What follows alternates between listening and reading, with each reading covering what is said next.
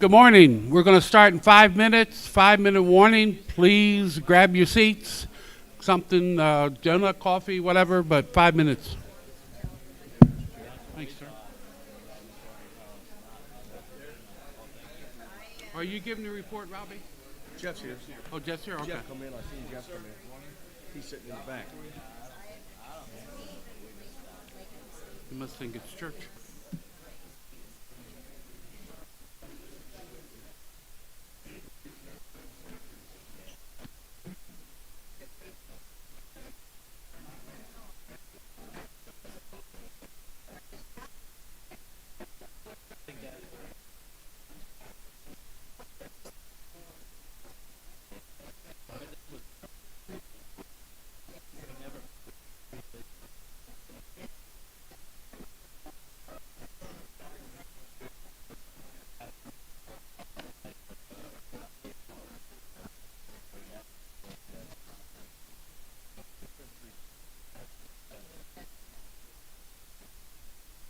Must have been here a while. She didn't have any junk in her hands, so she must have been here and then went back out again.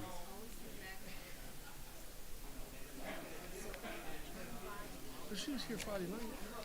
She was. She said work took her away yesterday. Oh, well, she runs everywhere. That's for sure.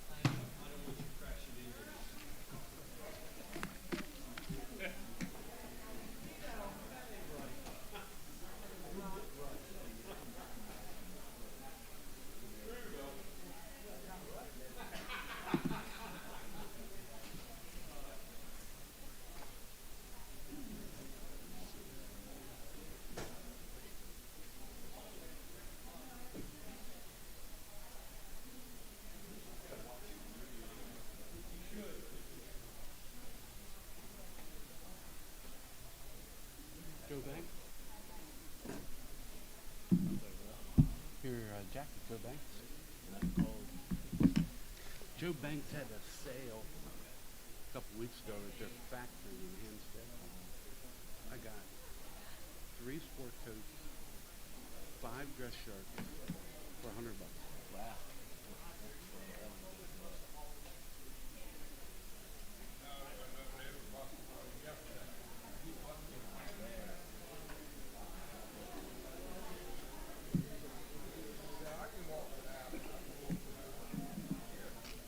I was gonna say it sounds good to you, Paul. That's right with.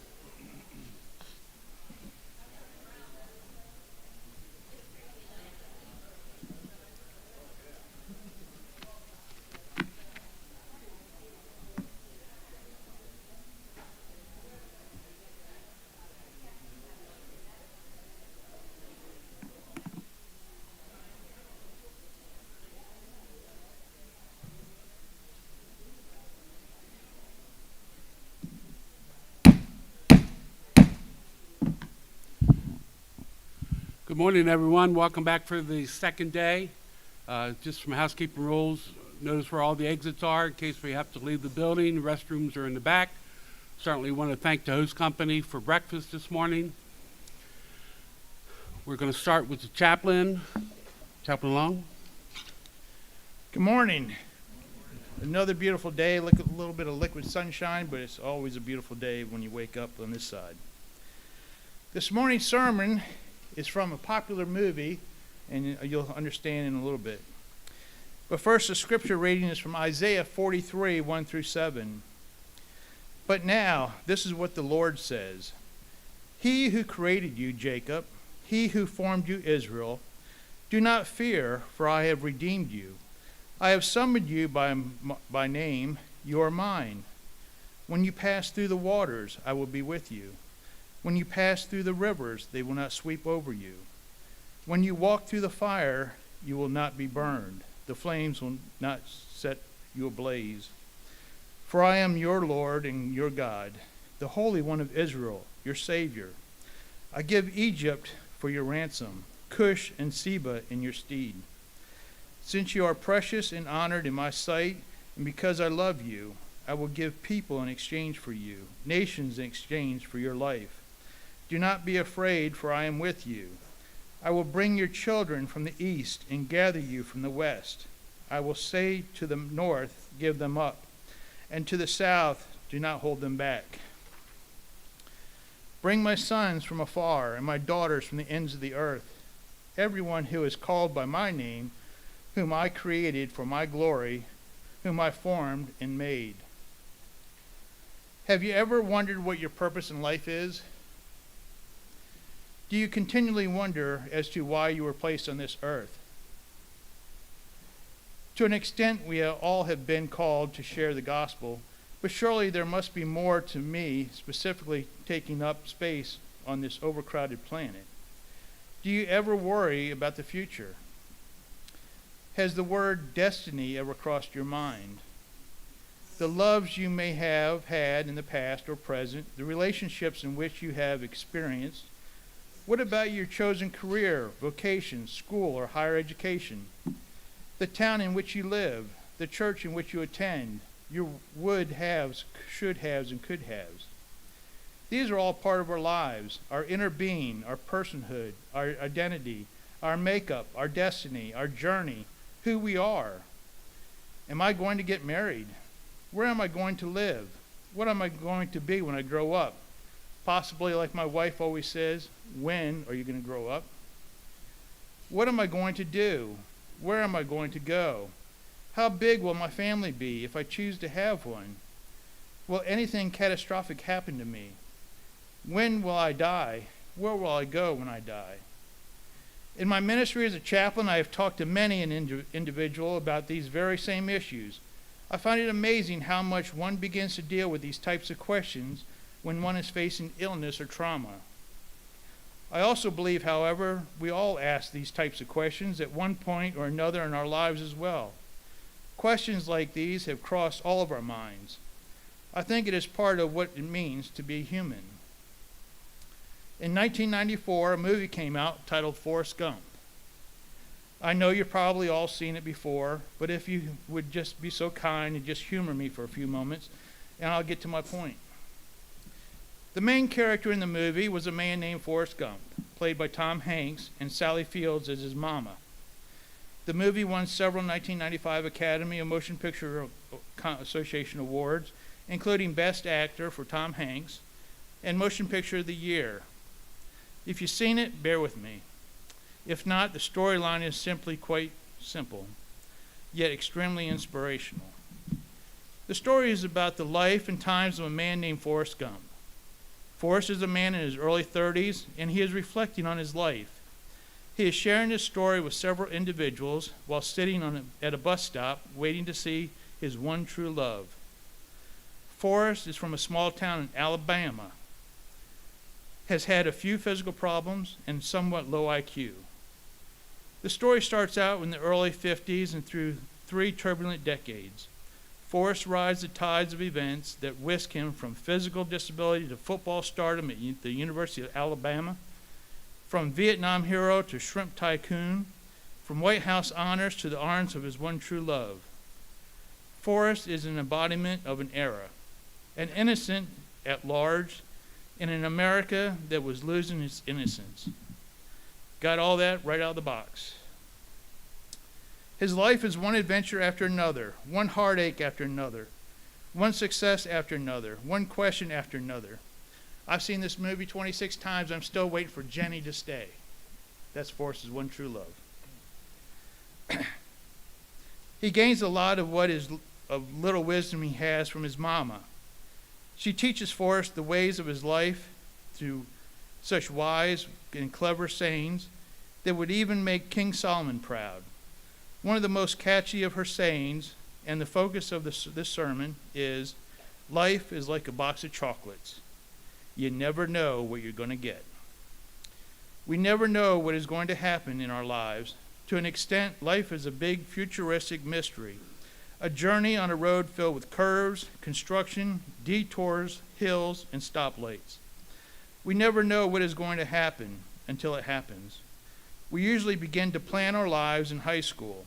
Generally, this is where we begin to think about continued education, career planning, some financial planning, and maybe even some family planning. This process continues as we grow, but no matter how much we plan or how well we plan, what we try to do on our own, sometimes fate plays a cruel trick on us, and our lives change and go in a different direction. Sometimes through stupidity, either ours or someone else's, or illness, we die at an early age. Sometimes we lose loved ones and friends due to various situations. We are in the business of helping people on their worst day of their life, and the toll is taken on us. Sometimes the career we have chosen changes, and we journey into another one and have to begin back at square one. There are just so many things that can happen that no matter how hard or how well we plan, the direction we have started in may not be where we wind up. No matter how much we dislike it, things change in our lifetime, and usually more than once. The fact is, our lives are really not in our hands. The box of chocolate belongs to someone else. If then our lives are not in our hands, then just whose hands are they in? Who possesses the box? Well, some would argue the fates.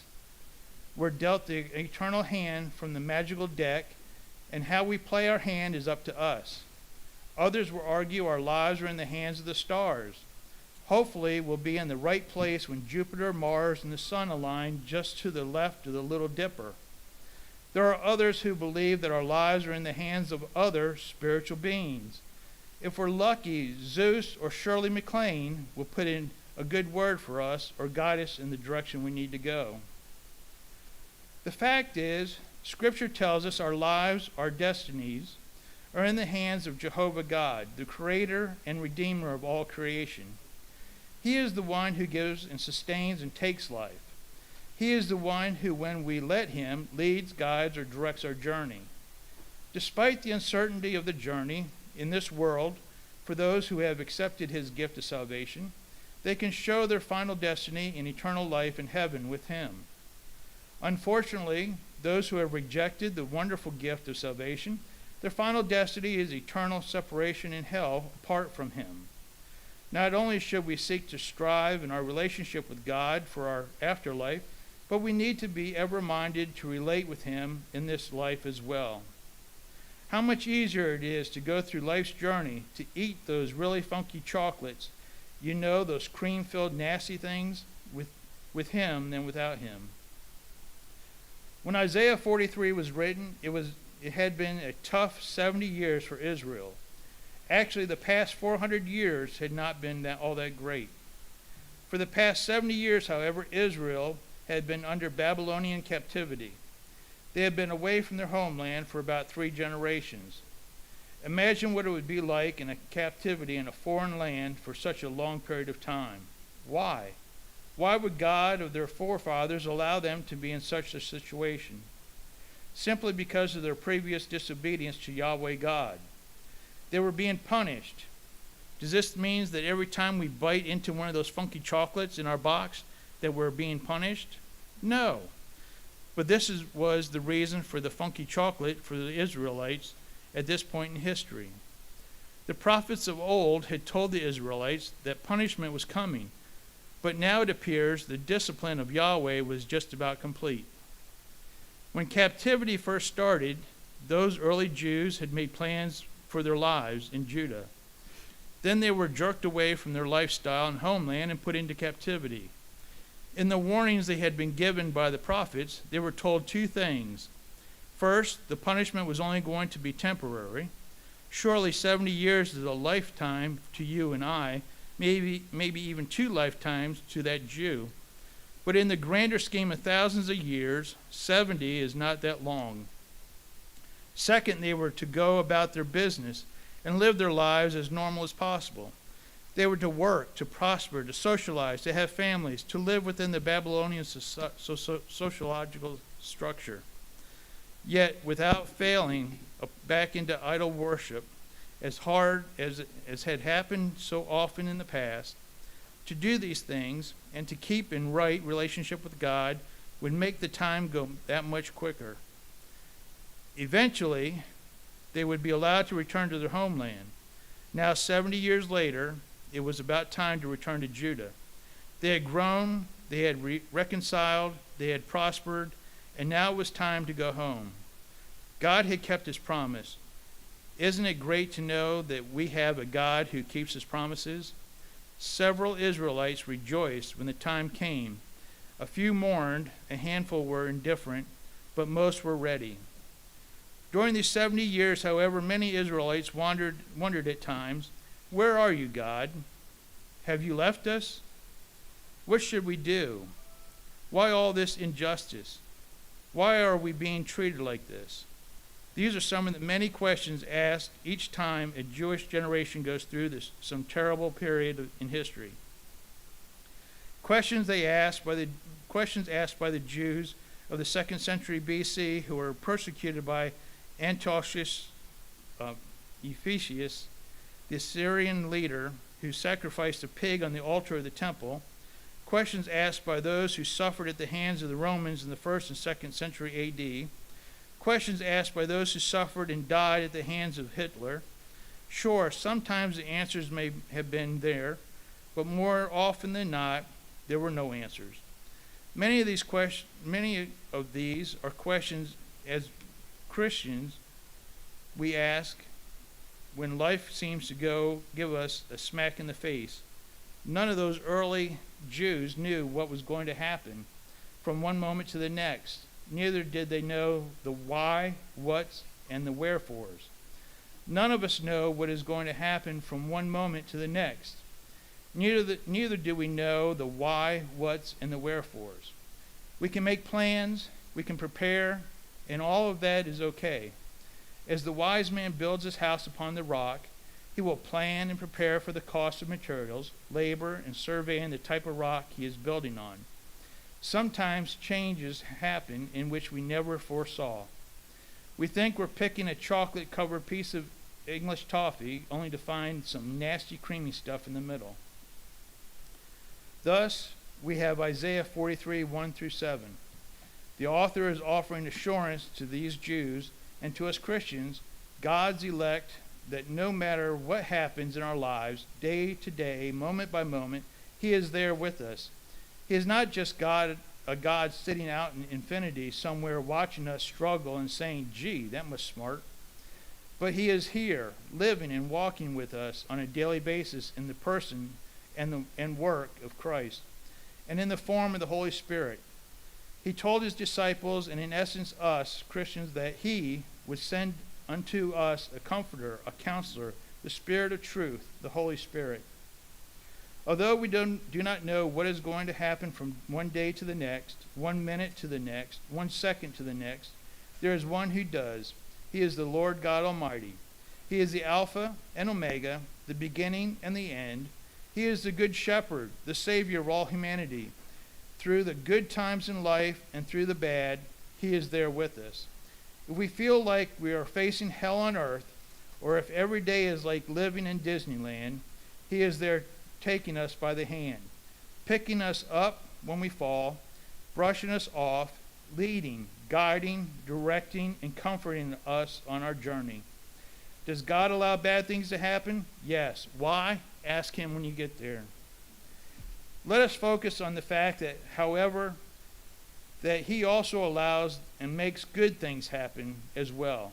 Why? For all of humanity to put its faith, hope, trust, and love in Him. The greatest of these is love. Was Forrest's mama correct? Yes. Life is like a box of chocolates. We never do know what we're going to get. For the most part, sometimes I think it might be easier if I knew what the future held. But after I think about it for a while, I think about how boring, sad, or scary this life would be. No adventure, no freedom of the will, no risk, no surprises, no positive change, or no faith. We are called to be a faith-living people. We are told to live by faith and not by sight. Let us praise God that He is the one who knows our destinies. He is the maker of the chocolates. He is the one who ultimately knows what we're going to get, both in this life and in the next. He is the owner of the box. I encourage you to put your trust in Him. All of you have to do is accept Him into your life today.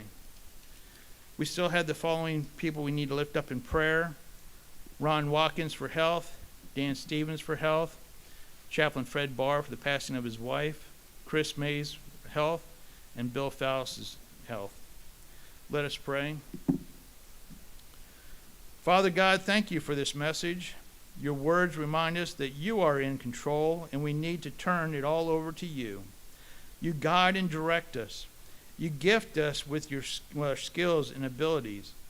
You give us wisdom and knowledge, and you give us the Holy Spirit to be with us. Father, we lift up those who serve in the fire and rescue service for your protection. We lift up all who are serving in the MSFA and LAMSFA. We ask for your Spirit to be upon us. Give us the wisdom and knowledge to do the best for the Maryland Fire Service. Father God, we pray for our elected officials that you would give them the wisdom to lead our country, state, and local governments. Father God, let us see your hands at work in our lives, we pray. Amen. Amen. Please stand for the Pledge of Allegiance. I pledge allegiance to the flag of the United States of America and to the republic for which it stands, one nation, under God, indivisible, with liberty and justice for all. Mr. Chairman, I have one more announcement. Yes, sir. As tradition has it, and we've been really slacking off on this, and I talked to Miss Sharon this morning. Those of you who do not have your Black Eyed Susie pin on your jacket lapel, please go see Miss Sharon. The pins are only $5. Thank you.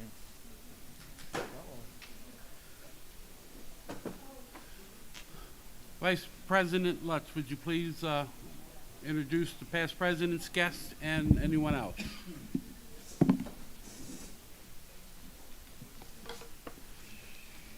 Good morning, everyone. With us today, officers, we have President Charles Simpson, Jr. Myself as second vice president, Secretary and past President Doyle Cox, Assistant Secretary Emeritus Gene Aaron, Assistant Secretary Richard Coons, Treasurer Ronald Sarnicki, Assistant Treasurer and past President Robert Jacobs, Financial Secretary Mitch Volk, Assistant Financial Secretary Bobby Aaron, Chief Chaplain the Reverend John Long Jr., Chaplain Samuel Mann, Executive Director Kate Lovelace, Executive Assistant Lynn Hawkins. Past presidents with us today: Robert Cumberland Jr., 1987-1988. Stephen D. Cox, 1996-1997. Roger Stager, 2000, 2001. Gene Worthington, 2002, 2003. Robert Jacobs, 2004, 2005. Frank Underwood, 2008, 2009. Doyle Cox, 2010, 2011.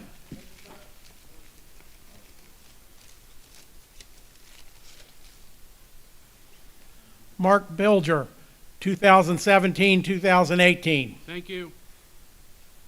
Joel McCrae, 2021, 2022. Eric Smothers, 2023, 2024. Skip Carey, 2024, 2025.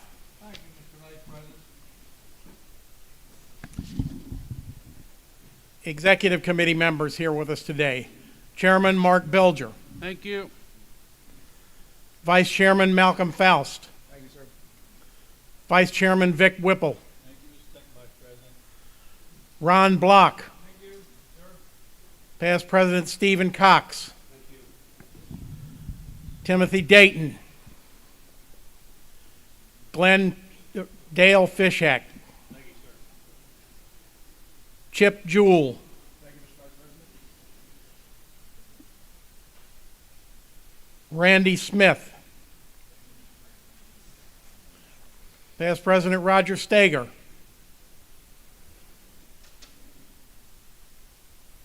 Buddy Sutton. Thank you, sir. And the ex officio, past President Skip Carey. Thank you, Mr. Vice President.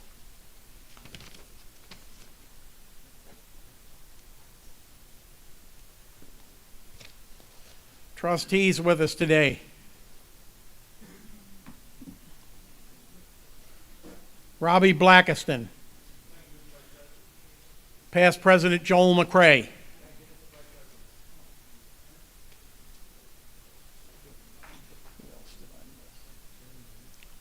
Chairman. Is Jeff Clemens here? I'll have to add him. I did not see him come in.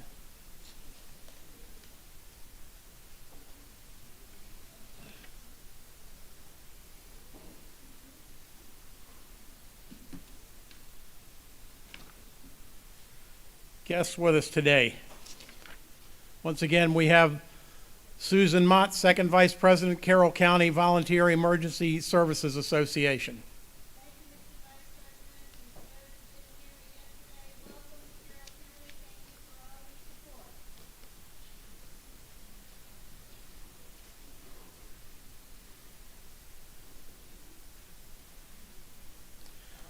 And I guess now we'll recognize the Ladies Auxiliary President, Joan Kramer, and she'll tell you who her people are.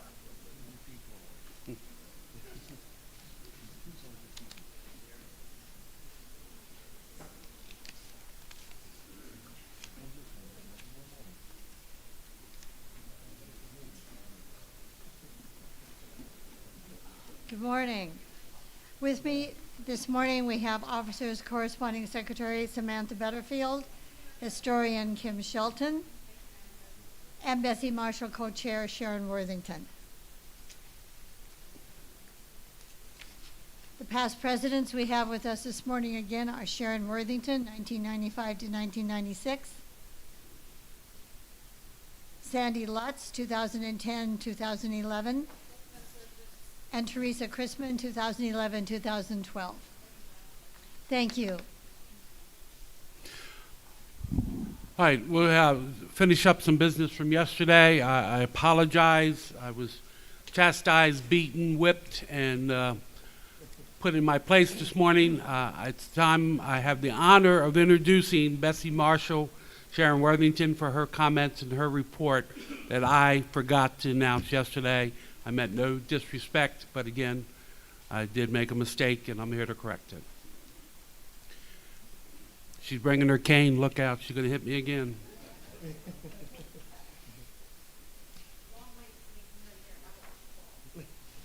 While she's approaching, I've been asked by Pleasant Valley if you are leaving early today, or when we do close our session, They have provided bag lunches. Please take one with you and enjoy it on the way home.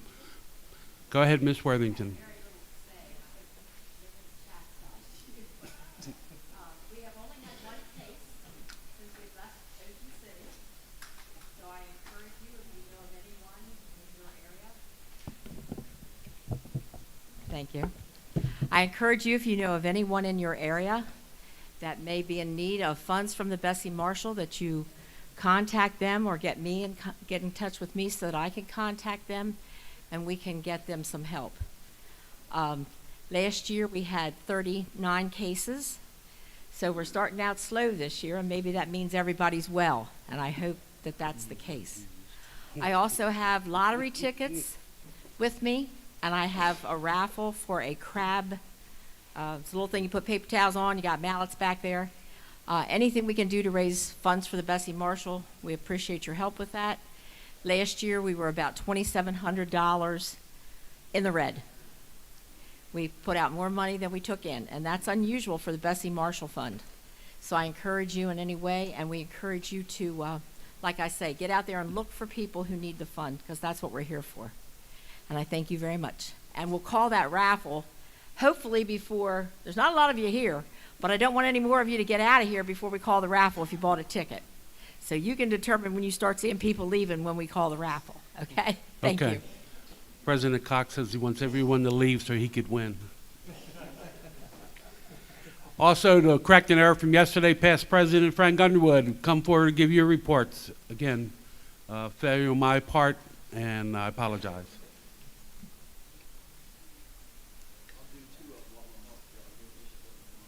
As many as you want, sir.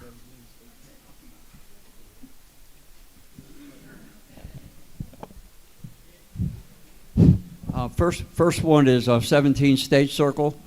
Last year we noticed we needed some more maintenance. A few years ago we did the front of the building, the side of the building, replaced boards, fixed, painted the roof and things. The brickwork that we did, some of it had deteriorated slightly, so the bricklayer finished yesterday, touching it up. He's going to seal it on Monday, and also all the brickwork will be complete. Now I'm trying to get estimates on the left side and the back for the paint that's peeling and all. We don't have any rotten wood or anything in that location. The plaques inside, I finally took them down not too long ago, and they're being updated now with all the officers and trustees and all listed on those plaques. So won't be much longer. I'll go in and I'll go ahead and steam clean the carpets, and that will be ready for the opening session when that hits in the spring. Historical and archives, a couple things have happened with that. Recently, Mr. Black gave us several loose leaf books that had a lot of the history of Prince George's County. I have actually 2 books with the history of Montgomery County, which I'm going to try to go ahead and get to Eric or somebody so they can have it for their files. And there was 2 loose leaf, about 3-inch loose leaves, of the history of MSFA, along with several articles and things in those books. I felt the best thing to do with those is I gave them to Chip Jewell, and they are going to be on display at Emmitsburg along with some of our other MSFA stuff that we have been so honored to have up in their museum up there. So we're doing that. We're working historic-wise on several things. Now, in the back, I have a bunch of convention badges. I finally, one day, for some reason, had some time, and I got tired of looking at this big pile in boxes. So I went through them, and they're in 10-year denominations. Now, older ones up through up to 1970s and including 1970s, I am letting Chip is going to take those up to Emmitsburg and finish doing his collection up there that's on display with anything that's missing, and then I will be bringing them back and giving them to anybody that wants. Meanwhile, from 1980s up to present, there is convention badges of all sorts for committees, past this, and all the different things you can think of. If any of y'all can use them, please use them. I mean, widows give me these things and all, and I have a complete collection at home. I am missing a few things that I am looking for, and then I will have the complete set. The coffee mugs from the firefighters room, I have 4 complete sets of those. 2 of them are in my possession. One is in the firefighters wing in the display cabinet, and one is at 17 State Circle. I have a backup partial set in case one of those gets busted from any of the mugs or from any of the sets. I do have excess. I'm going to be going through those and try to figure out what to do. I have a couple Xerox boxes full of those mugs that are just sporadic, that they're really no use unless I can find somebody that has a bunch of loose ones to give them to me. I've been trying for a year now, and nobody's come up with any. So those excess things I'm probably going to take to Ocean City and let any members or anything that wants them have them. The only thing I ask is you take any of these things, you don't go hustling them out on eBay or something or other, because it sucks. It does. I have caught one person that took some stuff and tried to hustle it, and that ain't going to happen again. All right? So I'm doing this because we have so much of this stuff in excess.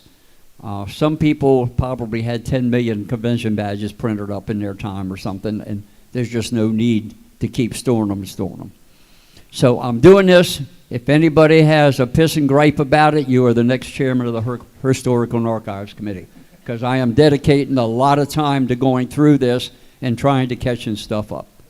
I have stuff at home. Anybody that would like to go through or see some of these books and things, I'd be more than happy to show you. I know we have for just about every fire department in Prince George's County. I've had several people come and look at these things.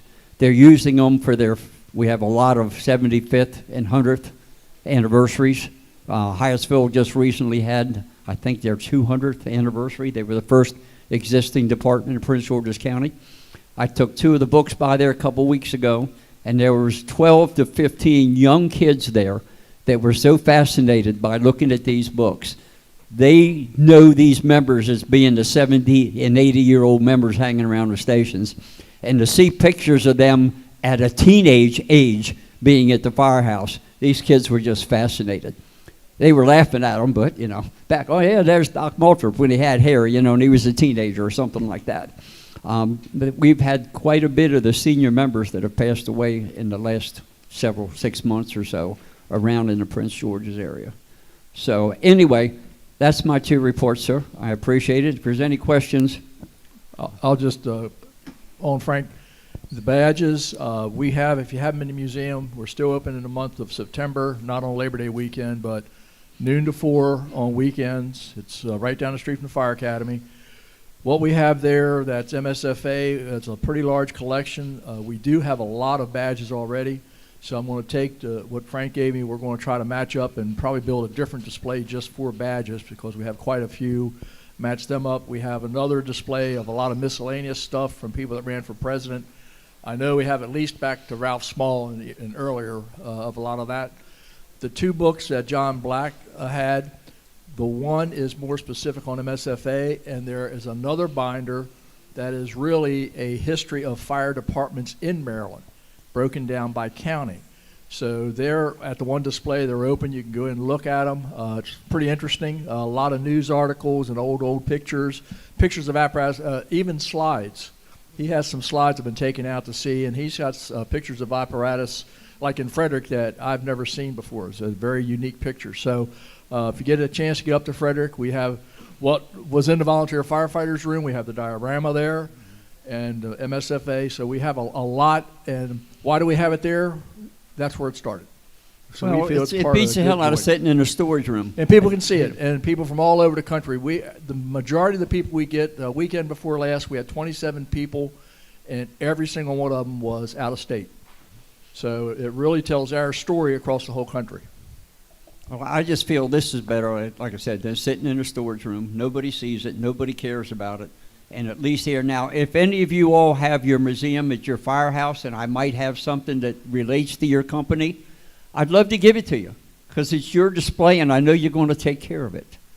And this, I never thought I'd be a historian, but it's just unbelievable. I'm in my 59th year, and, I'm history. I get these college kids come to me and say, how long you been in the firehouse? And I'll go, well, when Ben Franklin flew the kite, I stood there with an extinguisher. And they look at me and go, really? I mean, I love sitting down talking to these kids and telling them about us. But anyway, sir, that's my report. So I appreciate it. Thank you. At this time, I'd like to recognize the ambassadors. Come forward, introduce themselves, offer us any advice, wisdom they care to today.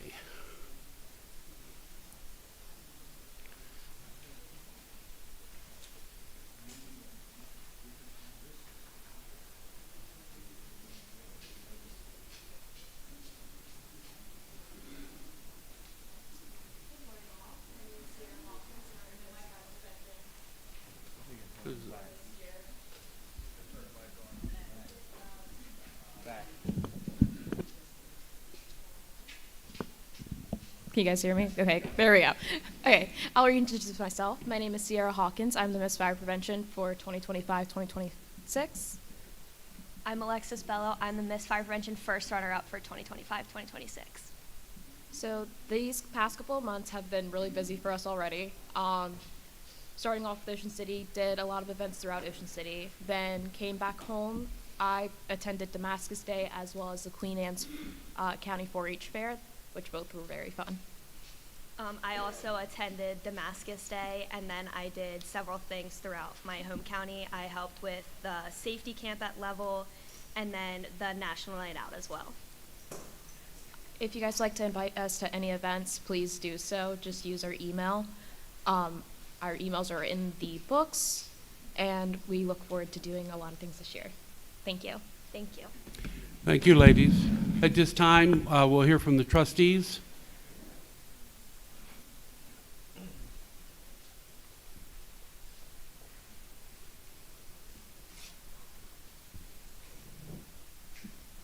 Good morning, everyone.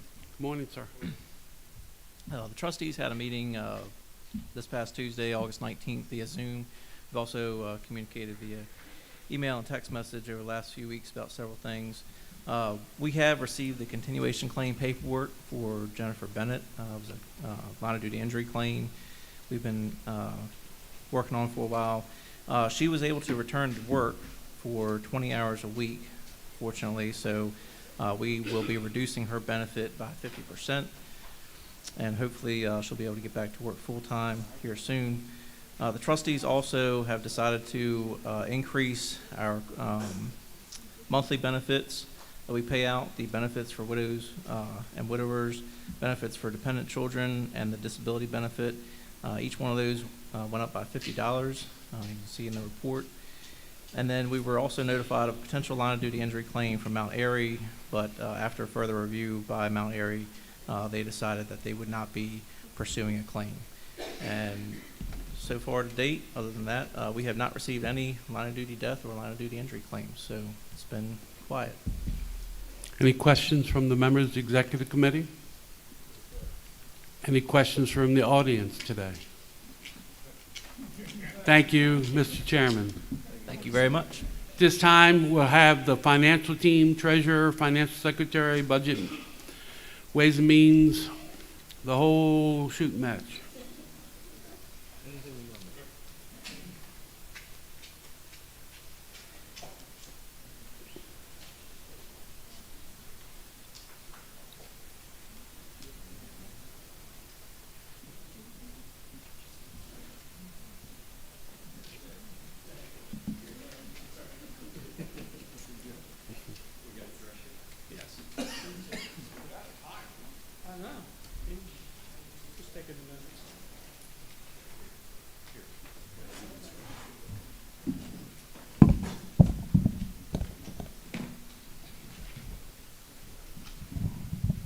Morning.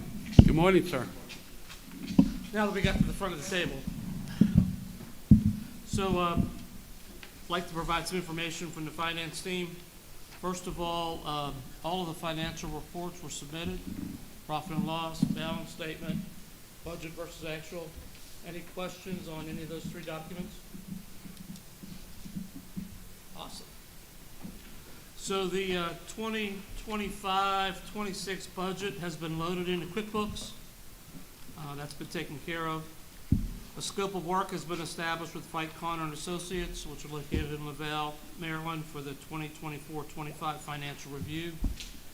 Thank you for being the chauffeur of all the boxes of all the paperwork, we actually take all the paper files, ship them up, thanks to Tim, and they keep them until their financial review is completed, so they can go through all of the monthly statements, and then it gets returned back. All the checking accounts have been reconciled as of the end of July 2025, as well as the MLGIP accounts. And just so you're familiar with that, the finance team does the monthly reconciliation, and then it's sent to Assistant Treasurer Jacobs, who does a review, just kind of a third-party review to make sure that all of the checking accounts are balanced. We did receive our 9th reimbursement from the U.S. Treasury for the SAFER grant in the amount of $183,018.14. That's been deposited into the checking account. We have been working with the SAFER team to review all current expenditures. The existing SAFER grant ends November 25th, so we're getting down to the wire. I think there's about $300,000 left that will be spent between now and then, and we want to make sure that we expend all those funds. And we're continuing to look at what plans could be accomplished in that short period of time.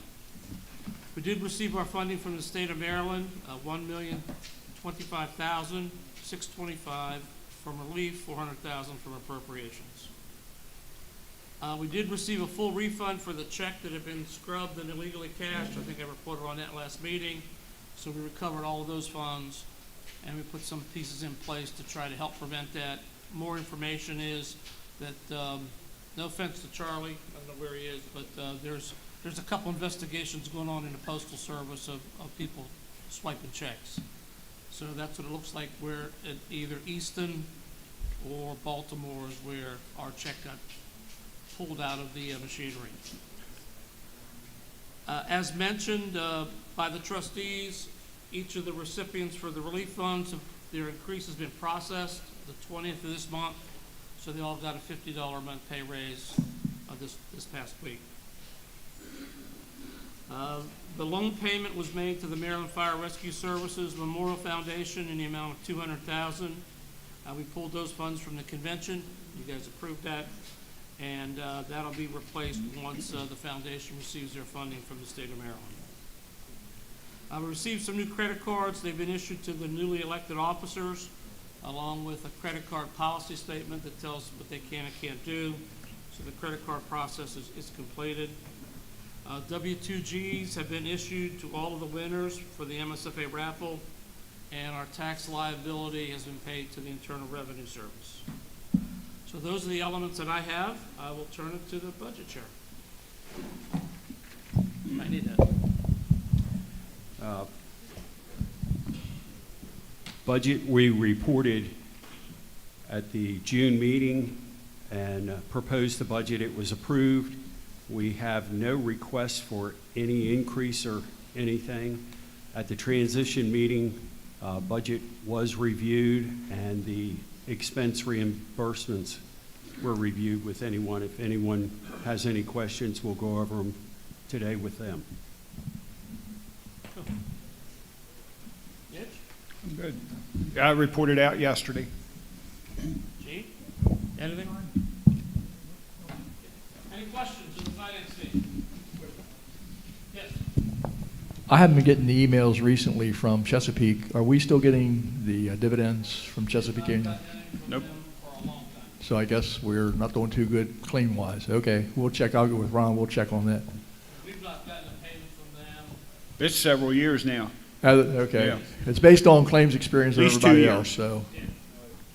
Since COVID. Thank you, Ron. Both Rons. Thank you.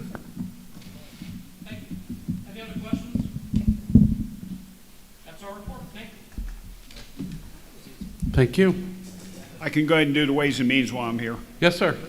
Okay, so so far we've taken in $500, which isn't bad for the first 2 months. Taken probably another $500 or $600 in here this weekend. The committee will be attending Sunfest in Ocean City, and that will be from October 23rd to October 26th, 2025. They haven't moved it out any further yet, so I'm looking forward to hit the Christmas week at some point. We need help down there. Anyone that can give any time, we'd appreciate it. And I want to thank the executive committee. Since the meeting got moved up on Wednesday, we weren't there Thursday. You all picked your tickets up and got them out. I'm hoping you all got them out to your counties. A lot of events go on during the summer, and that's exactly where they can sell them. And it doesn't take long to sell $100 worth of tickets when they have an event to sell them at. If anybody wants to buy it today and you got your credit card, I have the machine with me. So, and I have some spare tickets if anybody needs any more. Okay, any questions? Thank you. Thanks. We'll have the awards committee. Mr. Chairman, I'm sorry, yes, sir. just a comment, same comment that Budget Committee makes each time Ways and Means makes their report. Mitch, you only sold less than 50% of the, or I'm sorry, the company's returned less than 50%, correct? More like 42%. Okay, 42% companies returned the tickets. If they would, the other 58% would return the tickets, our budget would be a heck of a lot better. So please, executive committee members, as you're attending your meetings, push the fact. Also at the transition meeting, I made the comment about Maryland State Firefighters Association has purchased and distributing books for Firefighter 1 and EMT. Those books are over $100 a piece. If a company buys $100 worth of tickets and they have one member take either Firefighter 1 or EMT, they've gotten a return on their investment. So please use that, push it, and let's sell more tickets. Thank you. Wards, go ahead, sir. Good morning, sir.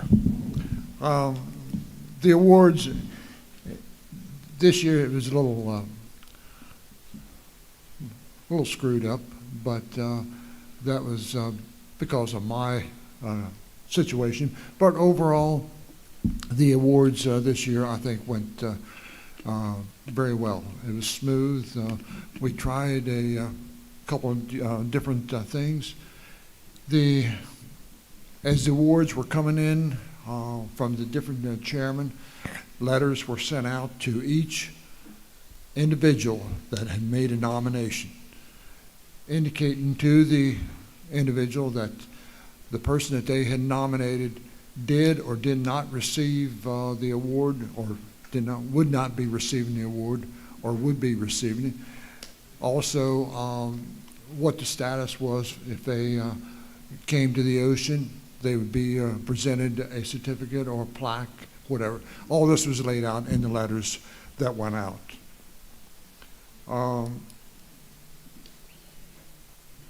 Still trying to get all of the awards on the web page. Apparently we have some problem with this, and still working on that to get that taken care of. Any questions on the awards? Any suggestions?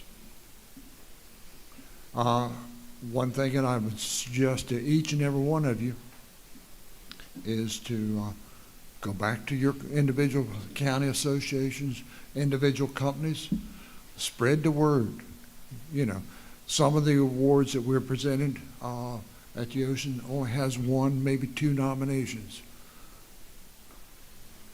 And as a lot of people have indicated over the past, there are so many people out there that deserves to be recognized that are not being recognized. So spread the word out, get them to make the nominations, and you know, we'll go from there. Charlie? I don't have anything to add to that. Doyle pretty much covered it. We do have at least 60 to 65 nominations for the Hall of Fame each year. Some of them don't meet the qualifications, and it would help the committee a lot if the companies who are submitting their nominations check those qualifications in the procedure manual and adhere to them. The Marbury Gates Award is another. We did get a lot of nominations, a lot of good nominations. Unfortunately, that we can only pick one. So if you have somebody with the 50 years that have the service you believe qualifies them for the award, please get it into us. Reference to a couple of the committees are starting to recognize that only one, maybe two at the most, nominations from an individual company. You know, that will take care of the, for example, the Hall of Fame, where some companies put in 5 to 10 people on this, and or more. It's just so. Anyway, a lot of committees are changing their rules to indicate only one nomination per award, and so it's going to take a couple of years to get this embedded into the rules and everything. So we'll work on it. Any other questions? Any questions Mr. from the Chair. folks in the audience today? Okay, thank you, gentlemen. Data systems.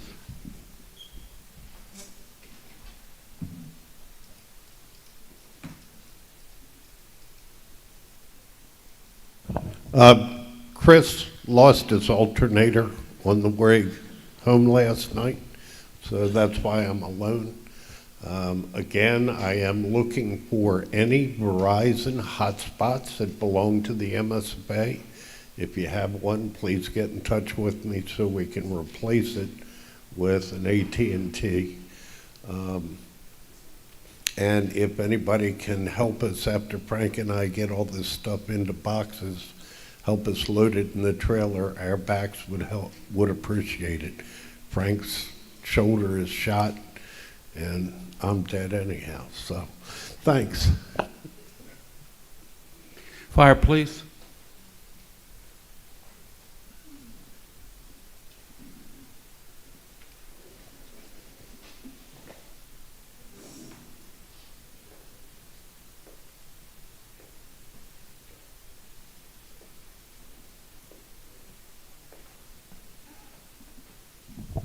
The committee's been working. Got a flyer request out now. We're going to have a meeting coming up sometime in the next month or two, and it'll either be in person or virtual or maybe both. I'm going to be working with Eric to meet with the State Sheriff's Association so we can build that relationship better for all the counties too. Other than that, progress. Thank you. Any questions from the members? Any questions from the audience? I'd like to take this time to recognize past President John Denver, who joined us. Welcome, sir. Good to see you out and about. We'll now have strategic planning and the past presidents. Mr. Steger.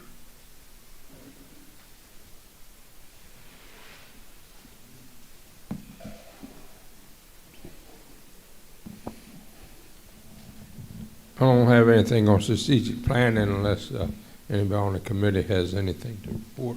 Mr. President, you have anything for strategic planning? Okay. Past presidents, what I have for them is we have a past presidents luncheon scheduled for Saturday, September the 13th at the Suicide Bridge restaurant. They take a lunch cruise. And we have invited all the past presidents and current officers of the MSFA and the MSFA. I'll get right in a minute there, Vic. Okay, and we need a minimum of 60 at this time. We got 40 at this time, so I'm still hitting for 20. I'm supposed to let them know on the first Tuesday in September, so I guess that's September 2nd.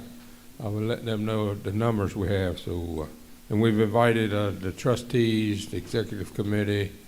We got plenty of people invited. We just haven't got much response back. So, anybody wanting to go, let me know.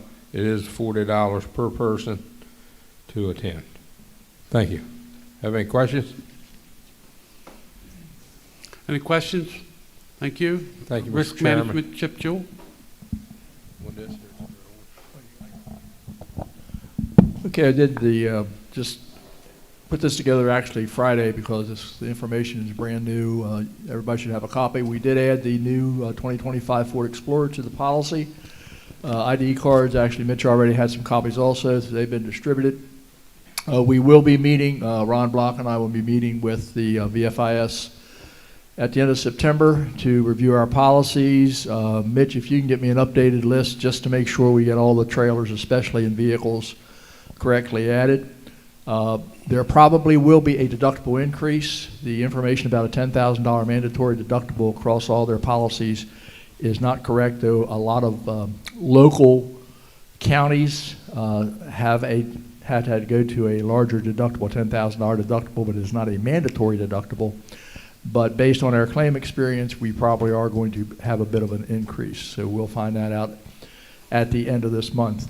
Also, I was just checking with Steve. It does look like we have been, Ron, it does look like we have been getting checks from Chesapeake. It's under a different account number, so they're going double check, so hold off on calling Chesapeake. That program is a sponsored program, the association, that we should be getting money for, and gives our member companies the dividend program also. So other than that, we nothing else to report. Any questions? Thank you, Mr. Chairman. Thank you.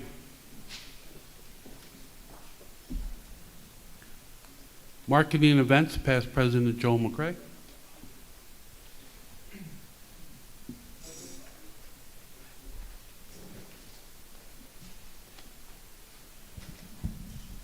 Good morning, everyone.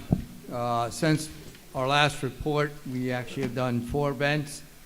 The MDEM, Emergency Management and Homeland Security Symposium, Maryland Municipal League Summer Conference, the Maryland Association of Counties Summer Conference. These have been very successful events. We have connected with a lot of legislators, county executive and administrative type, city officials. And I will say for MML, we work very close with the Maryland Fire Chiefs. Matter of fact, our stands were side by side for that event. I think it made a very good display. And for MACO, we actually took a different approach. They were at one end of an aisle and we were at the other, so we made sure we captured everyone coming through that aisle. They talked to either one of us. So at MML, we did connect with the governor as well as many other legislators and had a good conversation with him. It turns out he really was not aware of some of the issues we were trying to connect with him about. So I think, yeah, that was a good inroad with the governor. At MACO, we connected with the lieutenant governor, had a very good conversation with her. Again, made her aware of, who we are, what we're doing, and what our issues are. Seemed to be news to her, a lot of what we had to say. But we also had an opportunity to talk to many county officials, a number of county executives, county council, county commissioners. So it was a very good opportunity to connect with all of them. We are now using the old fire truck podium. It's the old E1 for our stand. It's getting a lot of attention. A lot of people like that presentation that we have made. Our next scheduled event will be the Ocean City Hotel Motel Restaurant Association. That's going to be March 8th and 9th. This is a good opportunity for Kate and Lynn to join us for a day and connect with a lot of vendors down there for possible vendors for our convention in June. So other than that, you have my report. Be glad to answer any questions. Any members of the executive committee, questions, comments? Anyone sitting out in the audience, questions? Okay. Would you like to do your report, Mrs. McCray, now? Let me go get my paper. Oh, okay.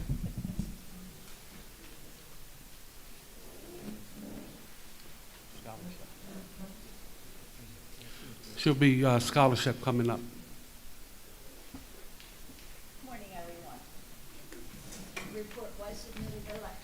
Report was submitted electronically. we really had an exciting scholarship year for the scholarship season 2025. We had 19 recipients of scholarships from more counties than we've ever had participation in from around the state, and that was really great.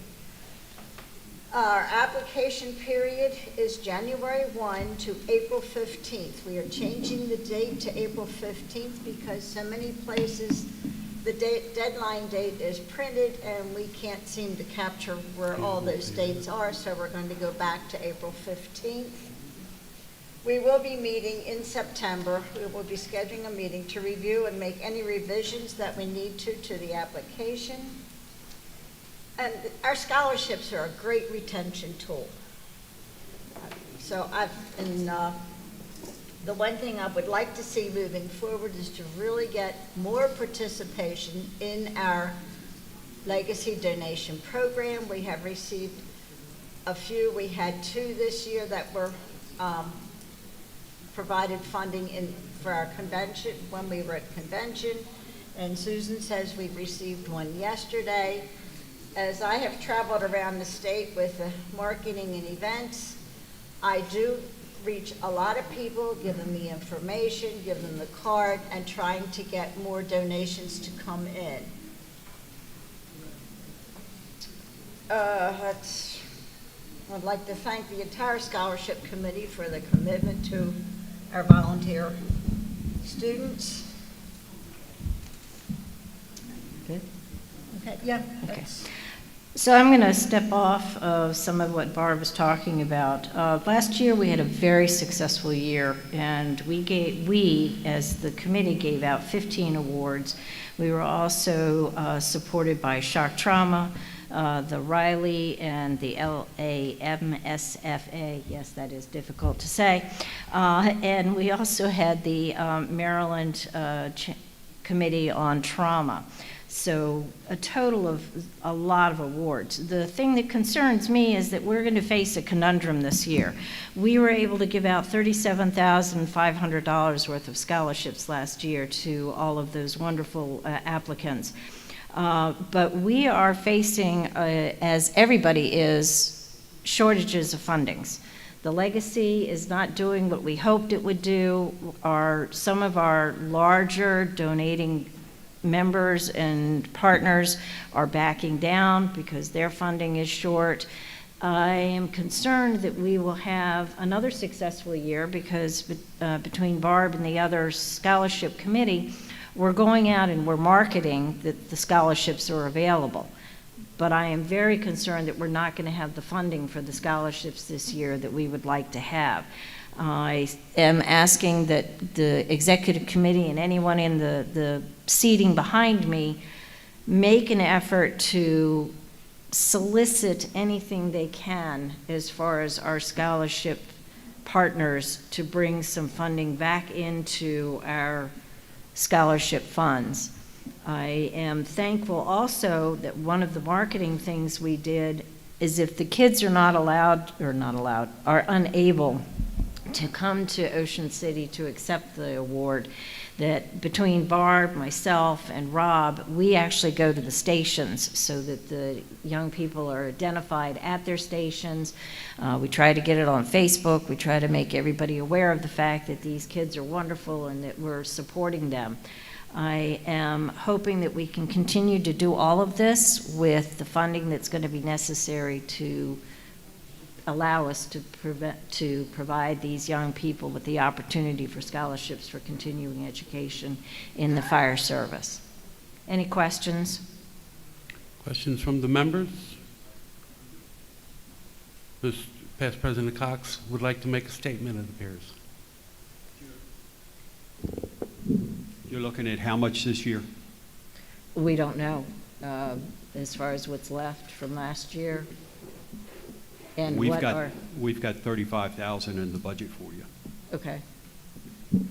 But keeping that in mind, that's this year. What's going to happen next year? We're not getting legacy. Just putting it out there.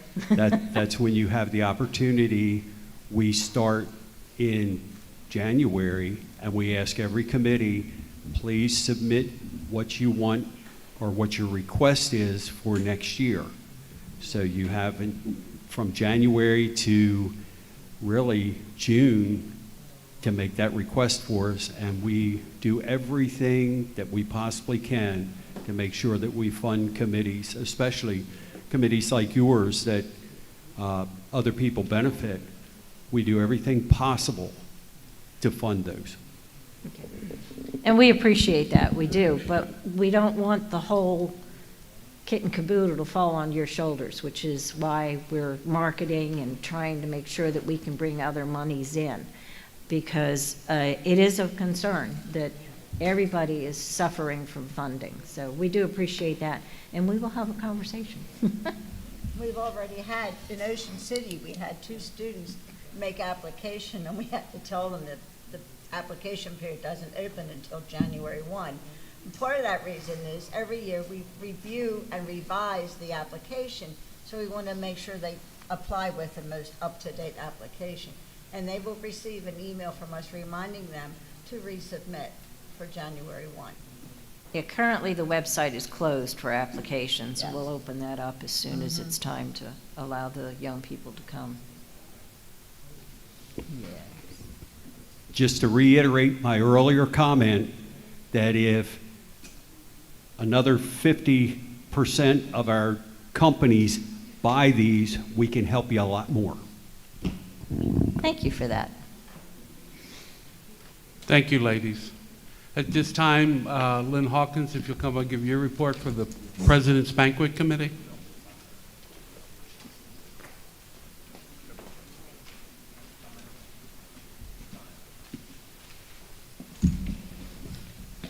President Simpson, I would like to thank you for the opportunity to chair the banquet committee.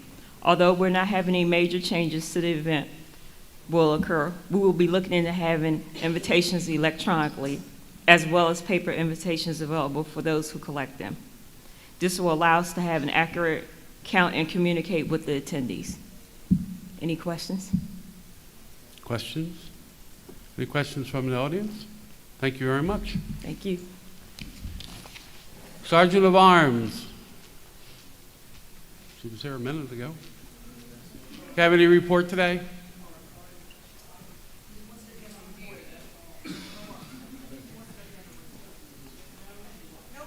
Thank you.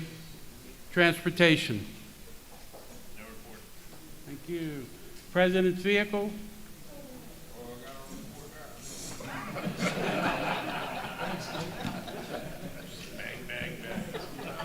Who wrecked what now?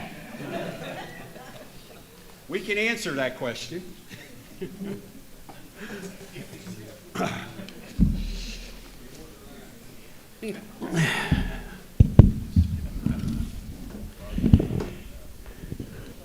Steve Cox, Chairman, President's Vehicle Committee, Mitch Vogt, Vice Chair. Filed our report electronically, but there's some significant things that I do want to go over.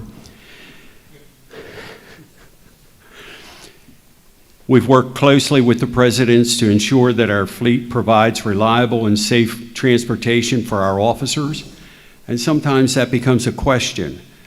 Sometimes officers will come to us and say, oh, I got 50,000 miles on my vehicle, it's getting old. Not necessarily, not our vehicles, not when state police are running the same vehicle we are with 200,000 miles on it. And I'm pretty sure we service them and maintain them a little bit better than they do. And with the exception of a few major exceptions, we treat them better. Well said. I try to clean it up a little bit. Each vehicle receives routine maintenance, as I mentioned, and anytime there's any repairs, we make sure that they get taken care of. We took delivery of a 2025 Ford Explorer Police Interceptor that replaced a vehicle that happened to be totaled in April. President Simpson now has that new vehicle. Do want to talk a little bit about that. As a result of that accident, the insurance company purchased that vehicle for $16,022. Additionally, the insurance company paid $2,250 for the removal and installation of the radio and emergency equipment, paid $363 to replace the graphics on the door. So roughly $18,500 for that vehicle. And as you know, when we offer a vehicle for sale, we don't get half that much. So one of the questions Mitch and I had was, with that, do we consider when we want to replace a vehicle, loaning the vehicle to Skip Carey for a day? That's all it'll take. One day. It won't even take a day. You only went 1,000 feet. Saved on gas. We did replace the door decals completely on the vehicle that previously was occupied by President Simpson, and that is now in the hands of Vice President Lutz, and the wording of firefighters has been changed on it.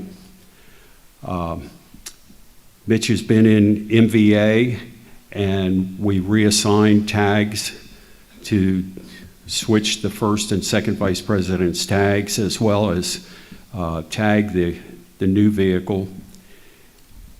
The vehicle for the ladies was serviced and delivered to the president.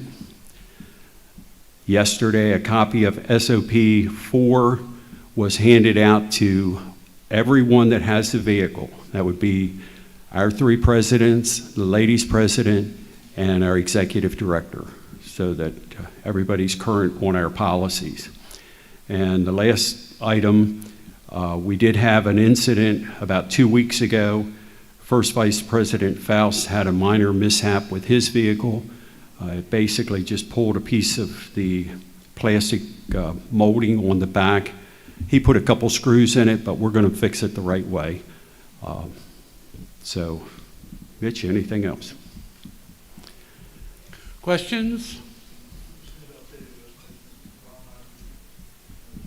Yeah, I thought I had it with me. Yeah, it's not on. Yeah, I thought I had it with me, and I checked on my thumb drive, and I had not copied it, but you'll get it when I get home. Okay. I'll just jump in here. Just thank you, President's Vehicle Committee, for the work that you've been doing with the vehicles. Most probably don't understand how much takes place in keeping the 4 vehicles as well as I think it's 8 trailers that this association has, keeping them all on the road, keeping them moving, the maintenance, tags, and everything else. So it's a lot of work, a lot of good things. I'm trying to get used to the red. We changed the red this year, and it's kind of difficult coming here next to the yellow, but the red is really out there, and I thank you for that. The vehicle is right out front. Anybody wants to take a look at it and see what the vehicles are like, you're welcome to it. So thank you Skip again. said he liked to use it for this afternoon. Skip's, no, he can't.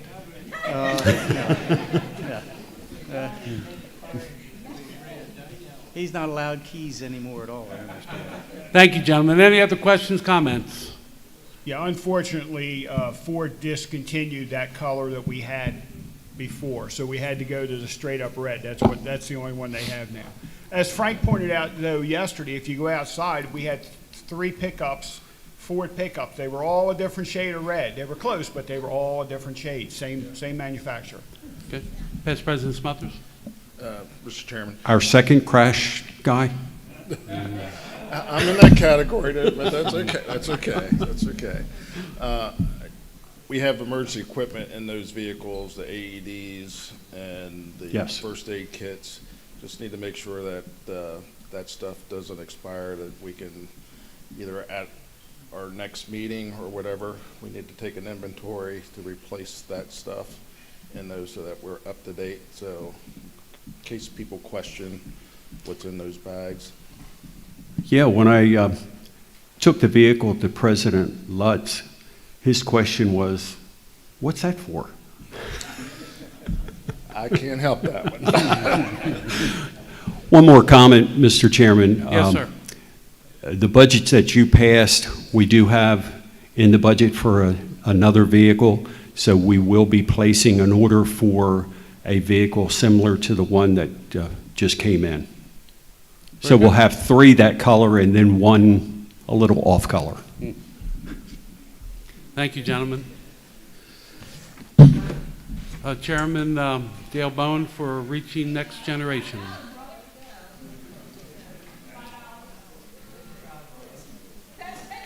Reaching the Next Generation. Wasn't my phone, thankfully. Good morning, Mr. Chairman, members of the Executive Committee. Dale Bowen, Chairman of the Reaching the Next Generation Committee. Thank you for having me this morning. Obviously, our goal is to get some fresh, younger members involved with MSFA, whether it be in committees or just attending the meetings. We did have one brief meeting a couple weeks ago. We have another one scheduled for this Thursday. A couple small things that we're working on. We'd like to develop a one-pager that basically tells, what the MSFA does for them, what advantages, what benefits, similar to what the Recruitment Retention Committee is doing, but a little more focused on the committees and what the committees do and how they can get involved. We'd like to take that to MIFRE. I've talked with Mr. Cox. Since MIFRE does supply some books, MSFA does supply some books for MIFRE, I would like me or one of the members of my committee to attend early in the class and let them know, yes, this book is from MSFA, and this is what you can do for MSFA and what we can do for you. So that's one of our goals. Another one of our goals is also attending the cadet classes around the state for those counties that have high school cadet programs.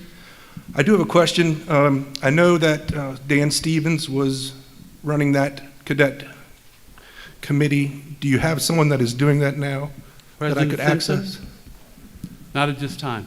Not at this time. If Okay. you know someone, Okay. anyone who's interested out there, All right. I was basically looking for information on which counties have them and who the contacts are. I've already talked to the 3 counties that, I'm not going to say I represent, but Southern Maryland counties, Calvert, Charles, St. Mary's. I've talked to all their coordinators, and they're going to allow me to come into their cadet classes and speak to them. I'm talking 15 minutes, hand them the one-pager, let them know how they can get involved, because I'm not sure that that information always gets to those younger members. So if we can catch them then, that'd be good. you might want to reach out to Dan's wife, Bobby. She's very knowledgeable of what that committee does. She may be able to have a list for you. Okay, I did reach out to her at the Southern Maryland meeting a couple weeks ago. She said they had been trying to get that list and has never gotten it. I see. Okay. So I did reach out to Ms. Stevens. So then we as executive committee people should take and get you that information so you can do your job.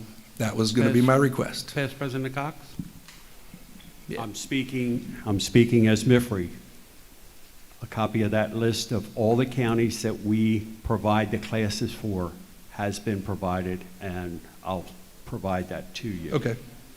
Also, one of the things that I implemented this year, last year our logistics section put the labels on the books, and we found that, I guess it was laziness, they didn't take the cellophane off the books, they put it on the cellophane. When they took the cellophane off the books, the label disappeared. It was gone. So to ensure that the students know where the books come from the first night of class, and you certainly can come help us, first night of class, the students are going to take the label, take the book out of cellophane. That way we don't get them back with cellophane on them. Take the cellophane off, put the label on, so they have to at least see the label, and your committee is certainly welcome to help us do that. You contact me and let me know when, and we'll be there. I appreciate that. Thank you. Past President Cox, but there are some jurisdictions that MIFRE doesn't support the cadet program that we would have to get that information in, correct? Correct. Yes. So if your jurisdiction, again, has a cadet program, please reach out to Chairman Bowen and make sure he has that information as far as contact and other information, so again, his committee can get their job done. I appreciate it. Thank you. The only other thing I wanted to say is, actually, I'm glad John Denver's here today.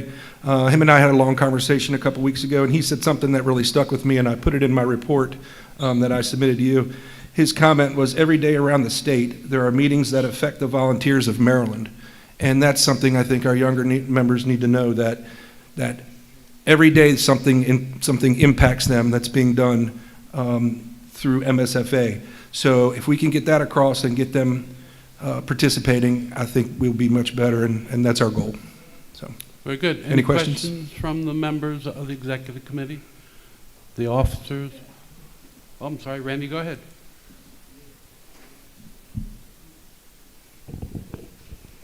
So I'd like to ask Dale if he'd be interested in working with Bobby with Dan's condition to keep that park going. Of course, yes, I will do that. President Simpson? Do you think I was going to sit here and say no in front of all these people? That's why I asked you here. Randy and I will be having an offline conversation later this afternoon. You feel set up? Yep. Yeah. I can always count on Randy. No other questions? Thank you. Thank you, Dale. Chairman Wesser, for the recruitment and retention, please come forward.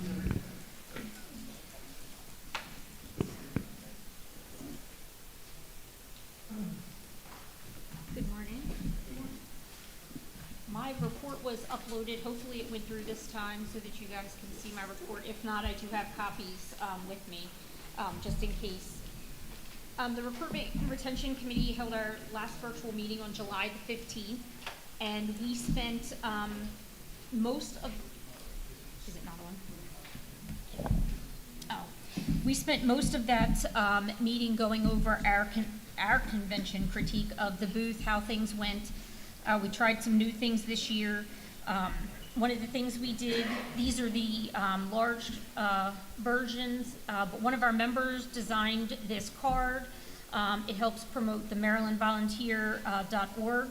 And then on the back, it has a place where the fire department can put their own information, so it's easy, ready to go. We had them out. They were a big hit. A lot of people asked for the design, and we have made it available to anybody that's asked. Jess created it through Canva. It's very easy to change around. I actually just used it for an event that we had at Westminster, and it was a lot easier than I thought it was going to be. So we tried that this year just to get that out and to give people a template to use that they would be able to give out their own information. They can change it and remove the Maryland Volunteer part if they'd like. Jess designed it so that it could be as simple as they had them printed and put their own fire department label on the back. And then the QR code goes to our Maryland Volunteer. This year we tried to keep track of those that we made contact with, and we had a sign-up sheet.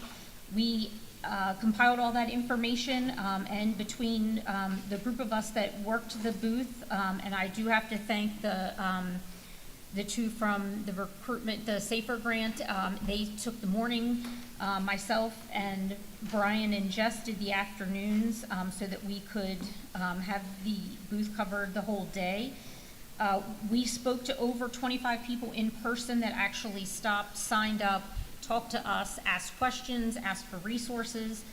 That was all provided to Kate, because some of that was they needed to get a hold of their coordinator. Some needed to update their Maryland Volunteer information for their departments. So we believe this was a good way to get the conversation started. They came in, we've had maybe 5 new people that have started coming on to our meetings to see what we're doing. So we believe that this was a success. I have to thank Kate. She was able to get the What to Expect guide from National Volunteer Fire Council. When I called them and told them what we were doing, they unfortunately could not fulfill a large quantity order. So she had it printed for us, and we had several people take that back to their to take back to their stations. It's a guide that you can give to those members who have no fire department ties, so their families kind of understand a little bit about what the fire service is. So we were able to get that information out there as well. The next thing we discussed was the Family Appreciation Award. We realized that we need to do some clarification based on the nominees that we received this year. Some nominated an individual person, some nominated a large group of people that were all family, but we're talking multiple generations at multiple departments. So that made it a little difficult as to who you were using as the awardee at the actual convention. So we will be discussing that and have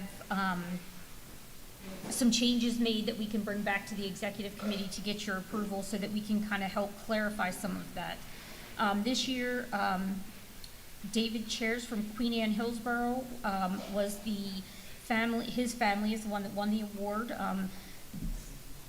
And he has actually offered to help us clarify some things that his station had difficulty with when they were making the nomination as to what information to put on. Lastly, the committee decided that we were going to start a new project, and that is to work with Jonathan Dayton and the Volunteer Trumpet, and I'm happy to say that we do have a full one-page article. This one was written by Jess. We have another member who is in the process of writing one for the next.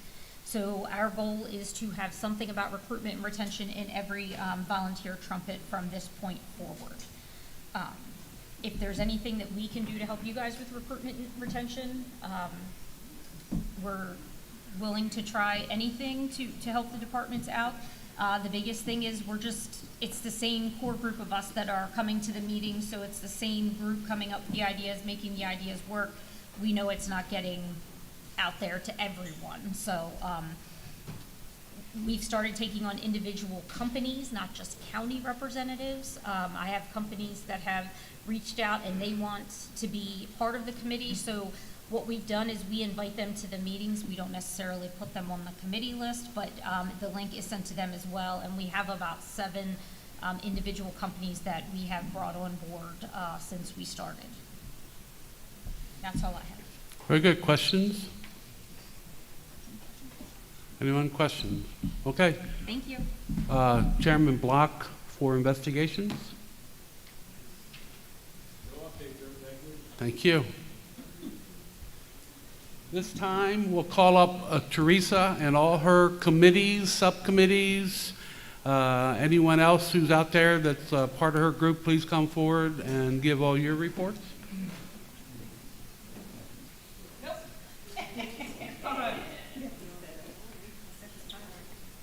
They said they got to set a timer on me.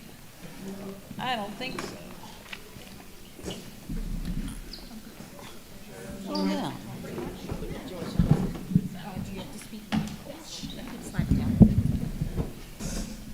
Good morning, everybody. Good morning. First off, before I let my committee talk, I would like to say thank you for allowing us to report today, even though we had to move from yesterday.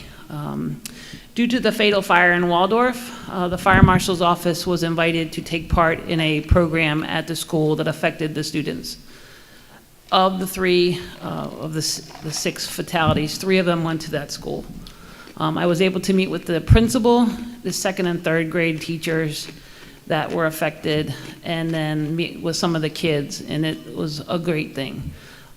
This came on us because Senator Ellis saw this date, saw the event, and he offered support to the school.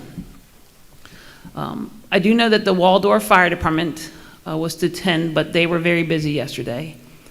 They, working with John Nelson, the commander of Southern Region, he actually worked with them to get them there because none of us knew about this event. So the senator's office started getting everybody involved, and the school was like, we're just having backpack day and have a good time.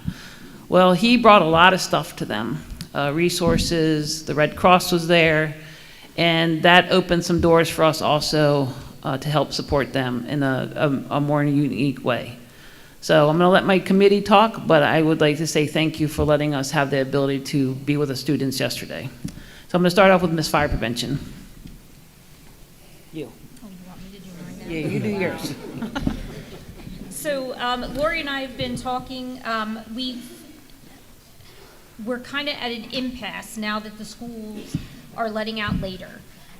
We are losing contestants that are able to participate in the contest at the beach because they're still in school after the convention starts. We've kind of thrown around the idea, but we have not officially made a decision yet, of maybe moving the contest back out of the convention and doing it at a different location around the state, to be able to allow them to do that and then ask them if they are out of school to attend the convention. It would still be something that we would like to require. But thanks to Cindy Wright Johnson, she did some Googling and found the last day of school, and it's going to interfere again with it this year. A lot of them are going to be getting out after we start, after the main days that we would like these ambassadors to attend the convention. So And that that's is not something, even including the snow days. right, and we don't know what's going to happen with the snow. That could make it even worse. Just to give you guys a heads up, that's something that we're looking into. We don't really want to move away from convention, but we're missing multiple people that could compete because their parents don't want them to miss school, and we understand that because we understand that school comes first. We're also looking at doing a couple updates to our rules, so we will be presenting all of that to you guys at our next executive committee meeting in December. Wouldn't it also be, I think at the one meeting I was at, you sort of indicated it would be beneficial to the program to have it away from convention, because you would have more time for the judges and the contestants to interact and make their presentations, because at the ocean everything is a little pressed for time with all the activities going on. Yes, especially if we would get a larger number of contestants, which is what we're trying to do, that would make it almost impossible to do in the time frame we're given, because we are finishing up very close to the memorial service now, and we don't want to interfere or make it so that they can't attend that. Okay. Any questions for Bridget about what she just discussed? Questions from anyone? Okay, moving on. Next, Cindy. It's on. Checking, yes, okay, it's on. Good morning. For the Secretary, Cindy Wright Johnson, I am the chair of the subcommittee on Risk Watch. I'm also the Safe Kids Maryland chair and coordinator. I've submitted a detailed written report of what we did at convention. There are also some new dates of what's coming up, and I think others will be talking about those conferences. We had a very successful time with Steps to Safety. Thanks to everyone who stopped by. We've got some very strong partners. The core team is out of our Safe Kids Coalition and our EMS for Children grants from State Highway Administration and the federal EMS for Children's program. It is the primary project of the Family Advisory Committee for EMSC. Ocean City Public Safety has been doing our 911 training for the last 3 years. They took over from Cecil County, and it's gone really well. We had a new partner, Johns Hopkins Burn Center, Pediatric Burn Center, pardon me, at Johns Hopkins Children's Center. Their injury prevention specialists came and actually brought entire new activities. They are editing those, as I shared with the Fire Prevention Committee, based on that experience. They had about 200 to 250 families come through. They were focused on preschool and elementary school activities, and they have redesigned their programs, field tested them at convention, and now we'll be presenting them at the Safe Kids meeting on September 3rd. That's in the afternoon at MIMS. Everyone is welcome to attend. And as soon as they get some feedback from that group, we will then put it up on the website, and everybody can download it and print it off their favorite printer. The other partner that we have is with the Trauma Center at now Tidal Health, Peninsula Regional. They cover water safety for us every year and expanded their display to also include some information for adolescents. That is the one group we don't see a lot of coming through. And listening to retention and recruitment and the younger generation, maybe that's okay. Maybe they need to be downstairs getting involved in becoming members of our companies. We, again, did 2 different surveys, and I put that into the report. I'm not going to read you all of it, but interestingly, we gave out 88 helmets that came from a Safe Kids Worldwide grant, bike helmets, and 66 of those families responded because Rick High, who is one of our family advisory members and a career firefighter EMT from Howard County, is also a bike safety educator, and he told them that if they wanted to have bike helmets next year, they needed to fill out the QR code survey this year. And amazingly, we got a great response. You can see we had a lot of diversity. Obviously, there are certain questions we ask that are optional. If the parents do not want to fill in race, that's fine. What we're really trying to capture is their zip code so that we can then demonstrate to Safe Kids Worldwide or to HRSA, the federal agency, that we are meeting the needs across the state of Maryland. We also had Steps to Safety survey. Last year we had them fill it out on an iPad, and it got a little cumbersome, and there were people in line, and kids got tired, and so we didn't get as many responses. This time we did a QR code, doubled the number of surveys. We gave out over 300 bags, little red wristwatch bags with reflective strips. I got 42 families that completed the survey. Many more than that started it, but left with their smartphones and may have gotten distracted. So in the world of statistics, that's a pretty good return. I would still like to have more feedback from families. So I'm not sure if we're going to make the QR code bigger, but I'm not going to police the exits. And if people want to come in, learn about their family to be safe, take some information home. We had more companies come through with teams of 2 or 3 adults to learn about the stations this year than we've probably had since pre-COVID. What they said was that they'd like to have some training specifically on what the various stations are when they're not surrounded by small people.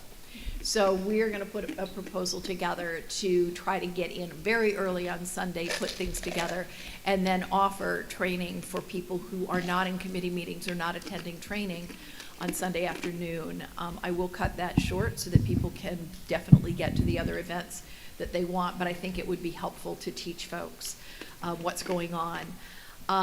The big changes that we had was a pedestrian safety display, and that was very well received.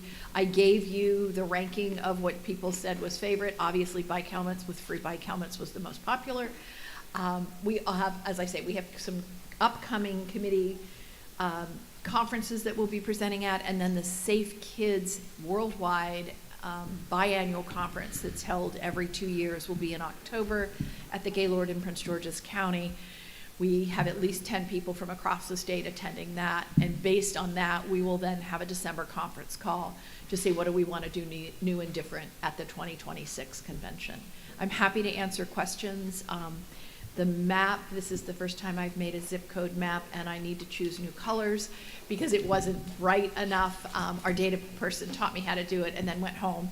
But I'm happy to pass this around. It does show we had people from New York, Pittsburgh, and all of Maryland. What was interesting to me was there were no zip codes from Delaware. And typically we had zip codes from Delaware, or we have participants from Delaware. This is the first time we've had the software to be able to map where we were. And I'll keep these with me out on the desk at the back if anybody wants to look at them. Chip? Just a comment, Cindy, I want to send it to you. This week's Frederick paper is rather interesting. There's an article on bike safety that city police implemented in the 50s because they had a child that was injured and his brakes didn't work. And I remember getting my bike and getting a little sticker on it, and there's a whole article about it. It kind of faded away, and of course it's long before bike helmets, but they actually implemented a bicycle safety program, I think it was 1954, in Frederick. So I'll get that article to you because it's kind of interesting.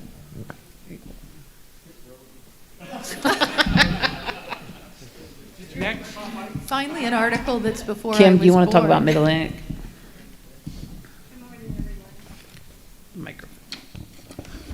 Good morning, morning, everyone. I'm Kim Shelton, Teresa's Vice Chair of the Fire Prevention Life Safety Committee and also SMSFA historian.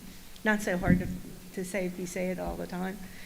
The 66th Annual Mid-Atlantic Life Safety Conference will be held on Friday, October 24th at the Doubletree in Annapolis. Early bird registration is $75 until September 12th. After that date, it will be $100. Training topics include code enforcement, EMS, water safety and survival, behavior and mental health, community risk reduction and public education, wildland-urban interface, and stop the bleed. The John C. Spiker and James E. Jarbo Award nominations were due on August 1st, and the winner will be chosen by a subcommittee. Due to budget cuts, the committee has lost a lot of sponsors, and this is affecting registration numbers due to any paid training being denied by many employers. This may also affect our smaller departments' training budgets as well. If you or someone you know owns a small business and would like to sponsor a scholarship, $300 can send 3 to 4 people to the conference, which would be a good thing. The committee is also accepting donations for silent auction. The proceeds go back into the conference budget, so please let me know if you'd like to donate anything to our auction. Anything big or small, it doesn't matter. They accept everything. Our next committee meeting will be the first week of September. The schedule and presentations will be finalized and posted on the website soon after. And we hope to see everyone there and take advantage of this awesome training. Thank you. Any questions about the Mid-Atlantic? Okay, go ahead. So on my end, I greatly appreciate everybody that's at this table. I support and look for when we send things out, it's getting out there to the departments. I do, in fact, have a problem with the request that I sent about the community risk reduction contacts. I've only received 26, and that's not helping me. So I'm begging you all again, I will send it back out, send it through the newsletter, but I need this information so that we can give this information directly to them, because I'm working on a very large project, as the fire marshal has stated, and I am behind. And I'm kind of getting tired of getting yelled at, tell you the truth. So I really need you guys to help me get that information, get those community contacts out there so that we can get these directly to them, because they're ultimately going to be working on special programs that we're bringing to the fire marshal's office and ultimately to this state. One is the program that is based for 2nd and 3rd grade lessons. We're going to be partnering with the Boys and Girls Club of Maryland this summer coming up. And those departments that are affected by those Boys and Girls Clubs, if they're not already working with them, are going to be able to have that tool to get to those kids. And that kind of sometimes is that door opening for the aspect of, hey, maybe I might, or whatever. You have some of the kids in there that are up to 16 years old. There's an opportunity for some kind of like betterment for them. So that's why I need this information, and I'm begging you all, please, please try to get me the names. I'll go to your stations, I'll do whatever. I just need that so I can turn it in. We are actively trying to get this done, and I can't move forward until I get these names. I've had trainings with the fire marshal's office, that work group. I've talked about it at the fire prevention committee meeting, but I need the department's support in this. I really, really cannot do this without their help. The career side, I have a meeting with the Metro chiefs about this too. I have all their contact information, and that's forthcoming. Also, we have the carbon monoxide alarms have been distributed out to the regions. I will be taking possession of the Metro units this week, so it doesn't affect the volunteer side, so everybody will have that.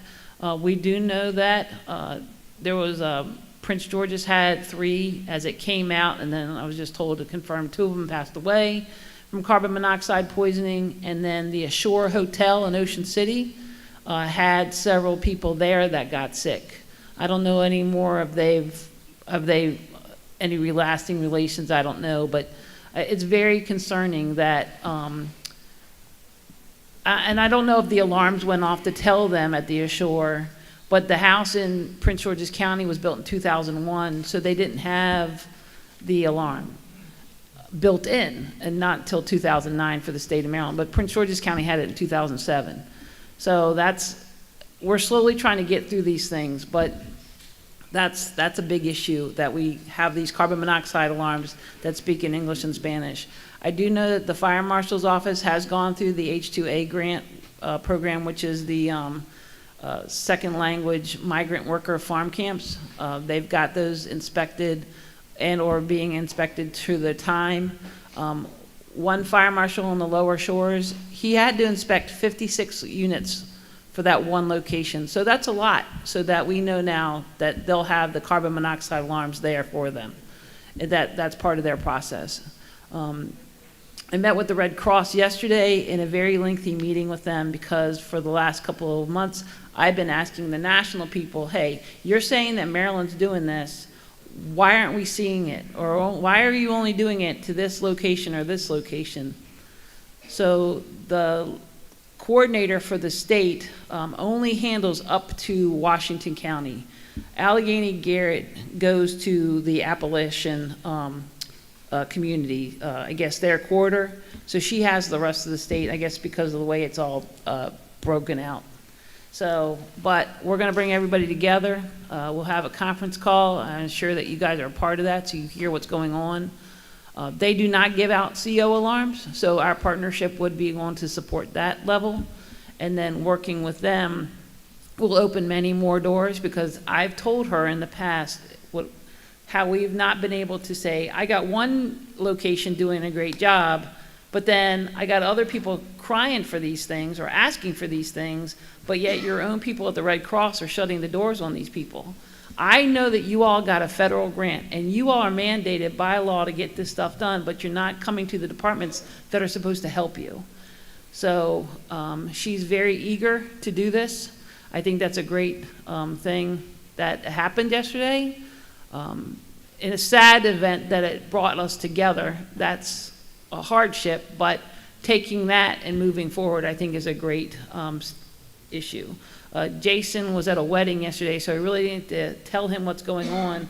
I'll meet with him tomorrow, but that's a door open for a lot of us, and I'm very grateful for that. I called Mary Kay Oppie from Vision 2020 to let her know that we finally got some kind of leadway in Maryland, because they keep on showing a heat map of all these places that they're doing things, but there's a whole lot of areas of the state of Maryland that's not there. And I'm like, that was my concern the whole time. So this coordinator has up to Delaware. She has the rest of the state, and then her main regions that she has is to the Delaware line, and then other people there will help certain parts of Delaware to Maryland. So we're going to bring all three coordinators together with the Office of the State Fire Marshal and this leadership, and to ensure that we get that message out there in best way possible, because there's things that the Red Cross can offer, there's things that I can offer, we can offer, and that way we get the best bang for the buck as much as possible. And then the next thing I want to talk to you about is the Public Fire and Life Safety Educator. That is on March 21st, 2026. It is the NFPA Steps to Safety, Prevent Fire and Falls at Home program. I did have a meeting with Kelly Ramsdale. She's going to have a committee meeting with her also. She's going to talk more to us as the committee about this program. But the people attending this event, this training in March, will be given a full certificate in this prevention program by the NFPA. So that's 8 hours of training to support a falls and injury prevention program for senior adults. It's very important that I get people there. We're slowly getting back to the numbers that we used to be. We can have 100 people. I've worked with the Department of Health, working with a grant with them right now, and they're going to get me the senior people for their programs. So we'll have that there, and then how the counties can work. The counties, and this is kind of weird, like they have 11 locations in the state of Maryland for the health department. That's in one program, and then she's going to get me the rest for the whole state, because ultimately when you go to the program, you're going to be able to connect with your health department that does a senior fall prevention also. So that's what we're working on. And then the next, and I don't know if it was talked about yesterday, but our next Community Risk Reduction Weekend is October 18th and 19th. And I actively ask, if you need any support, please let us know. We have the alarms out in the regions, and whatever you can do, I greatly request that. So please let us know if you need anything. And I think that's about it. Other than the report was submitted, and I gave you all a whole bunch of stuff. Huh? Is this what you're asking for? Yep. Okay. And then the other thing is the last is Isabella Price. She is now the intern for the Office of State Fire Marshal. She'll be working with me closely. I can't say thank you enough to Ashley Paulson. She just went out as our intern. Ashley's actually getting a degree in child education, and she was a great support when we were doing projects like that. I'm very excited for her. If you want to talk a little bit about yourself, give everybody a little insight. And we loan her out for a nice fee. Thank you very much. Hi, I'm Isabel Price. Turn the mic on. Turn it up. Speak into it.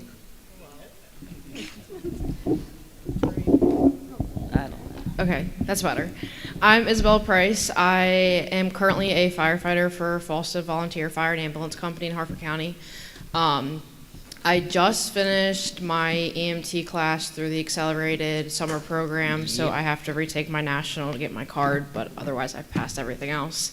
I do hold a Miss Fire Prevention title, first runner-up for Harford County as of right now, and I do plan on rerunning this coming October, I believe our contest is.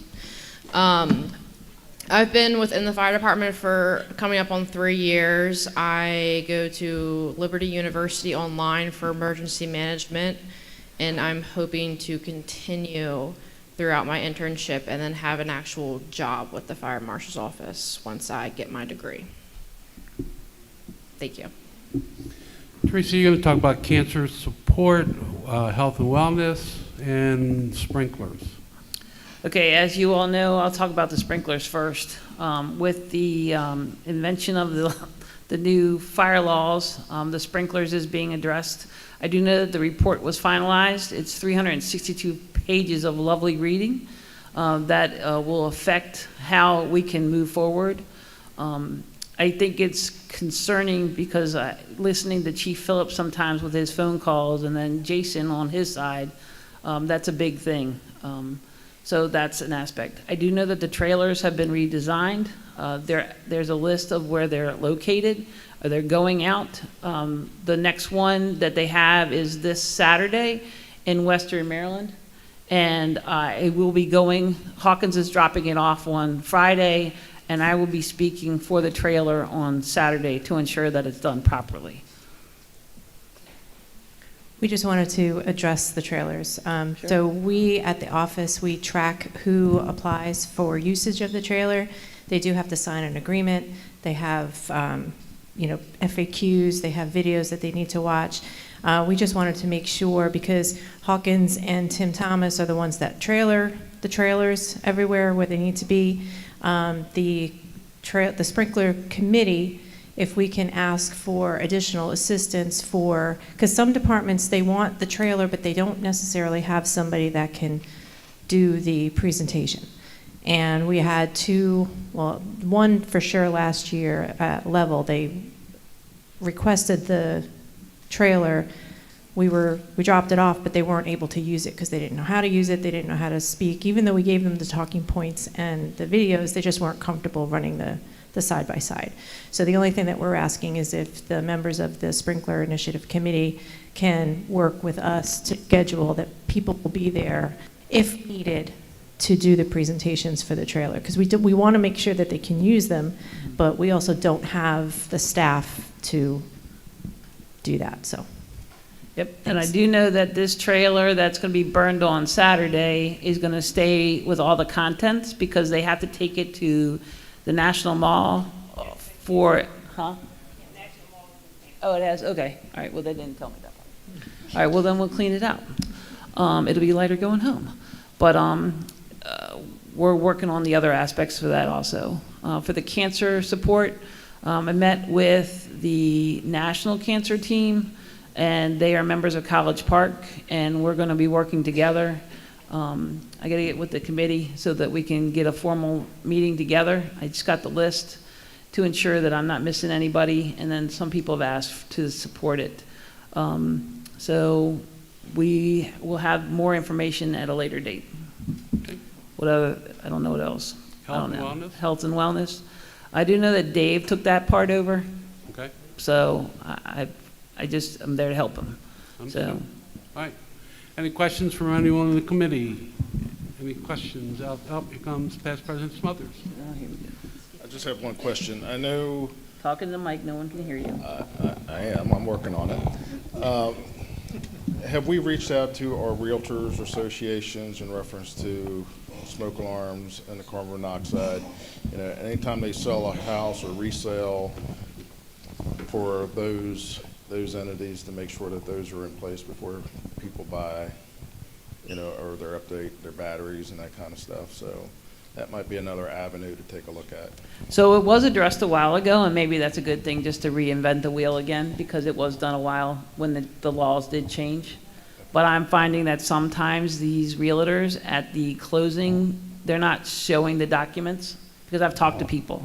I'm like, hey, you just bought a brand new house, and they have 10-year smoke alarms still in there. Yeah. So it needs to be readdressed again, and then I will get on that. Okay.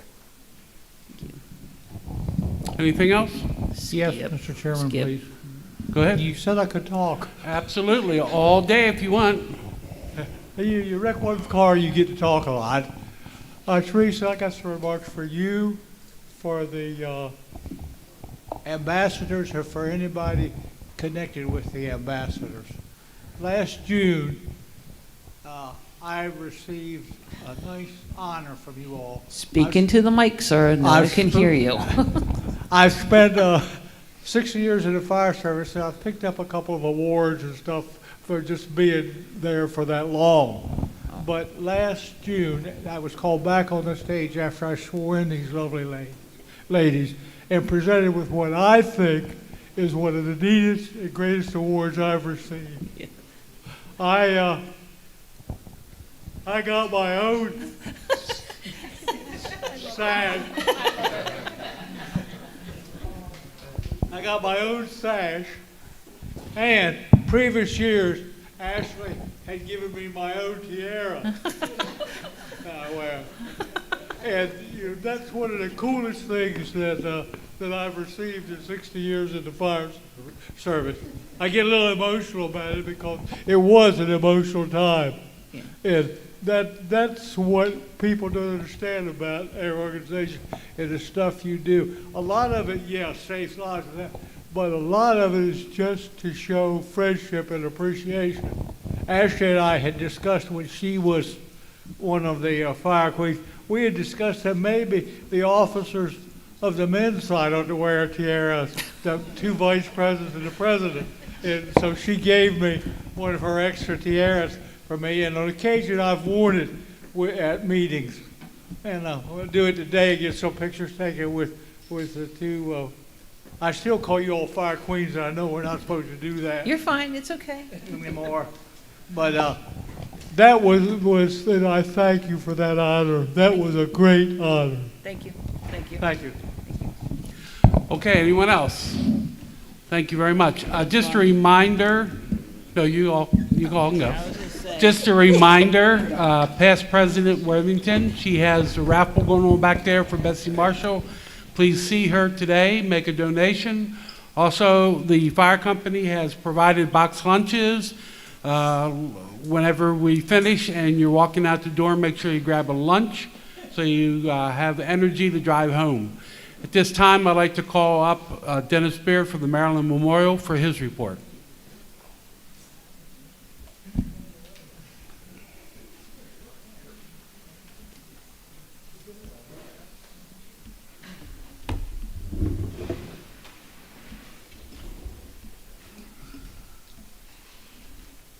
I'll say, is this on?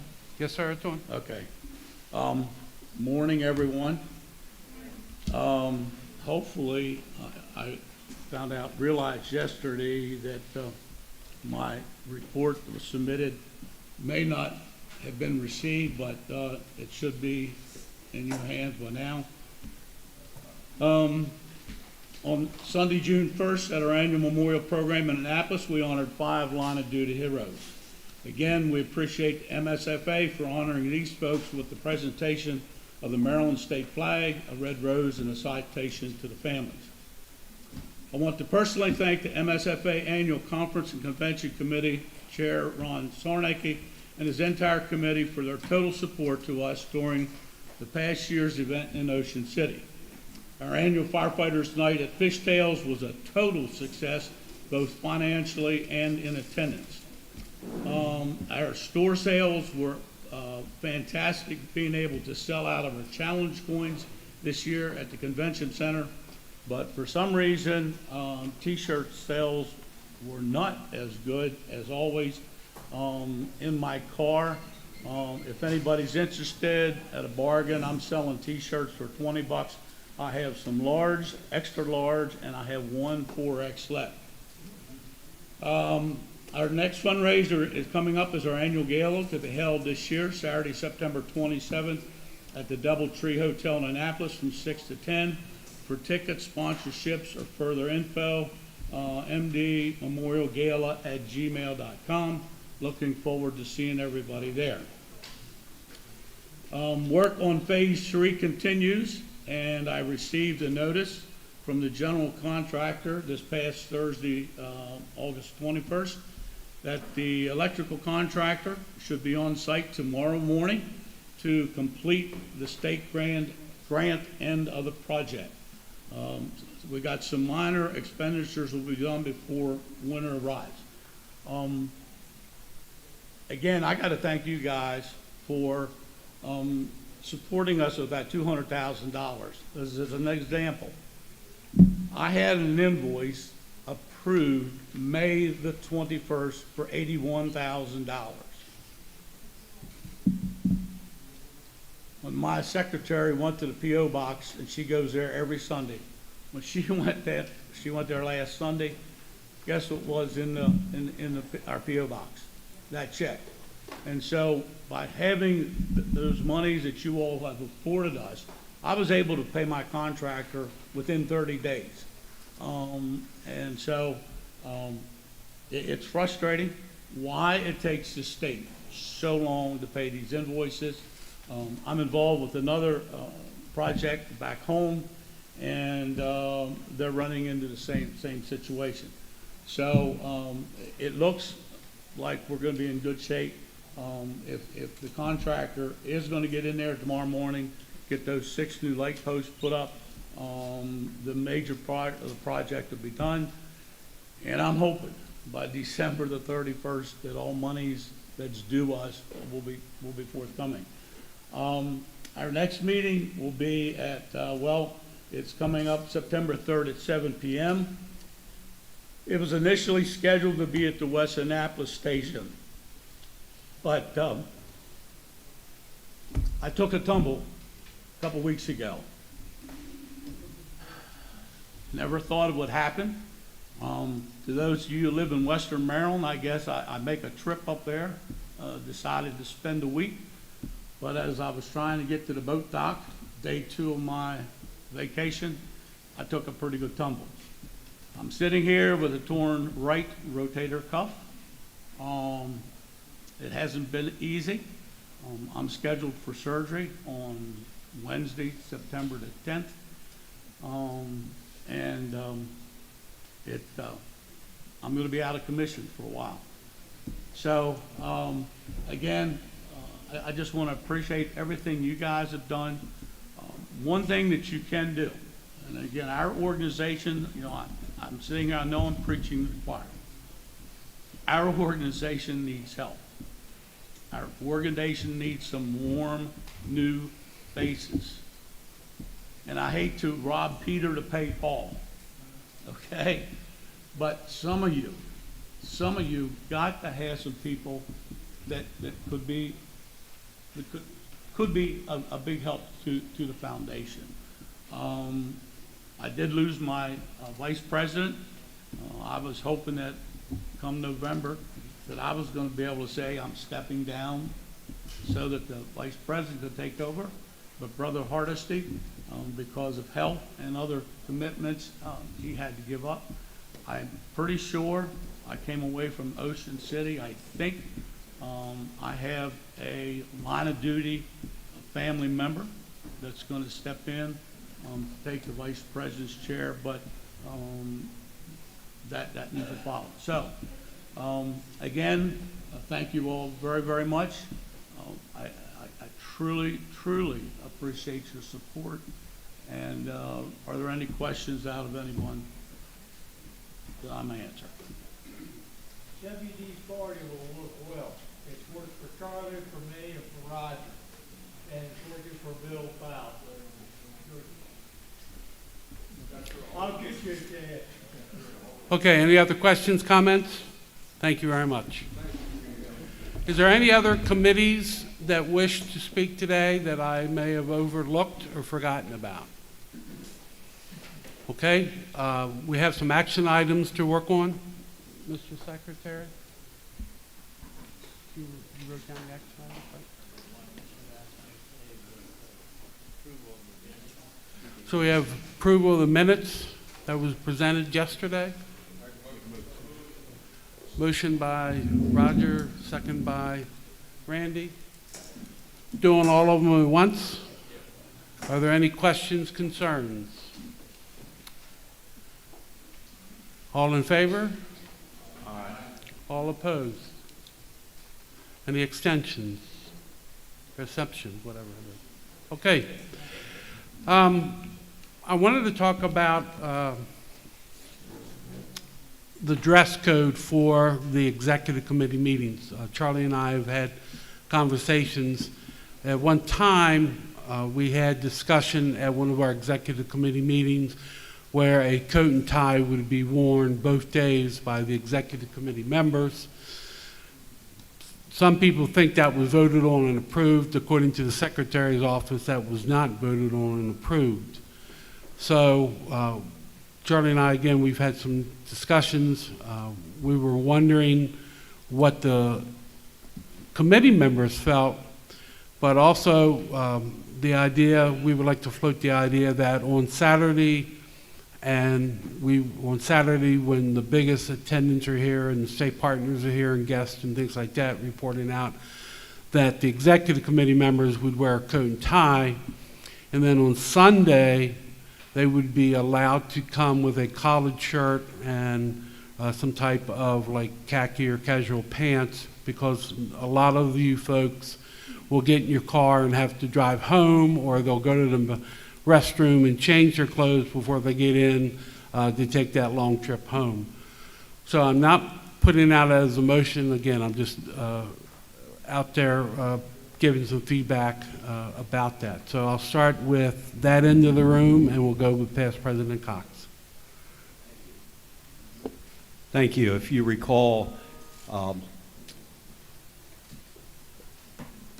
Member Phillips brought that up, and at the time we did make a motion. I think it, like you said, whatever happened, the discussion was consensus that we would do that.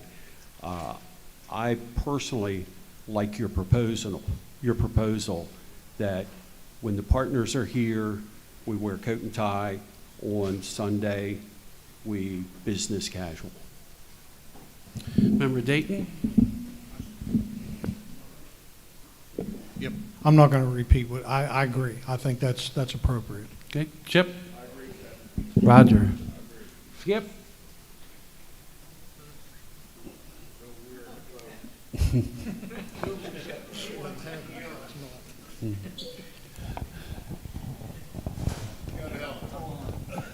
I think that's a great idea, but I will ask you to define casual clothes. Does that mean my marijuana pants or my flame pants?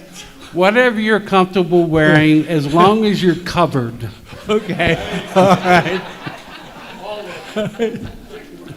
Dale? Kill. Vic? Molly?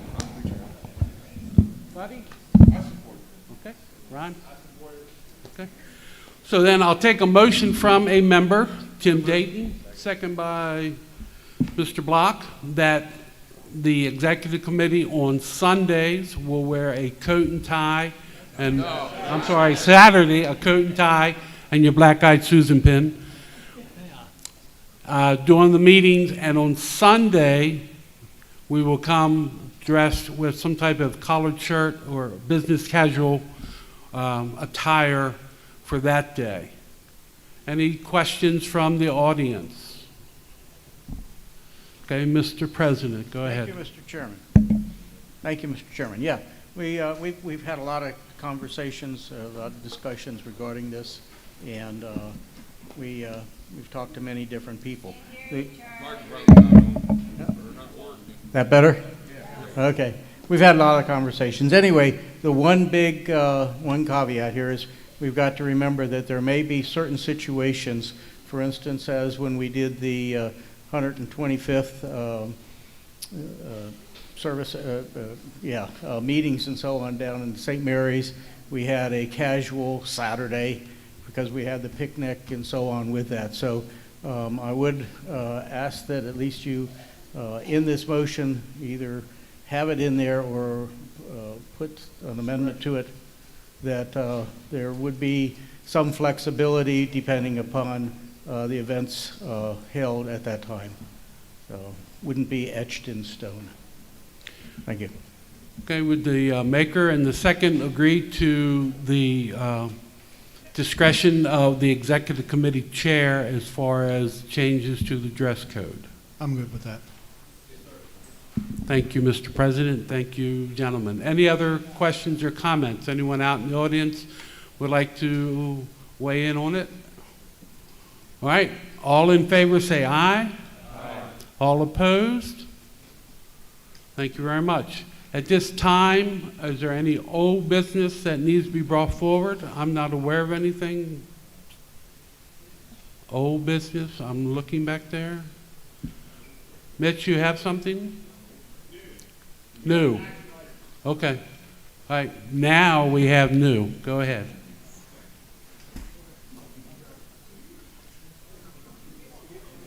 Stop fighting and just both of you come forward and talk to us. I thought he was going to take care of the minutes.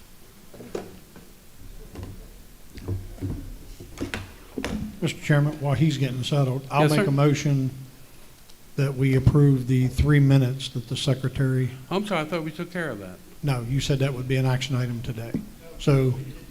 We Okay. voted on that, sir.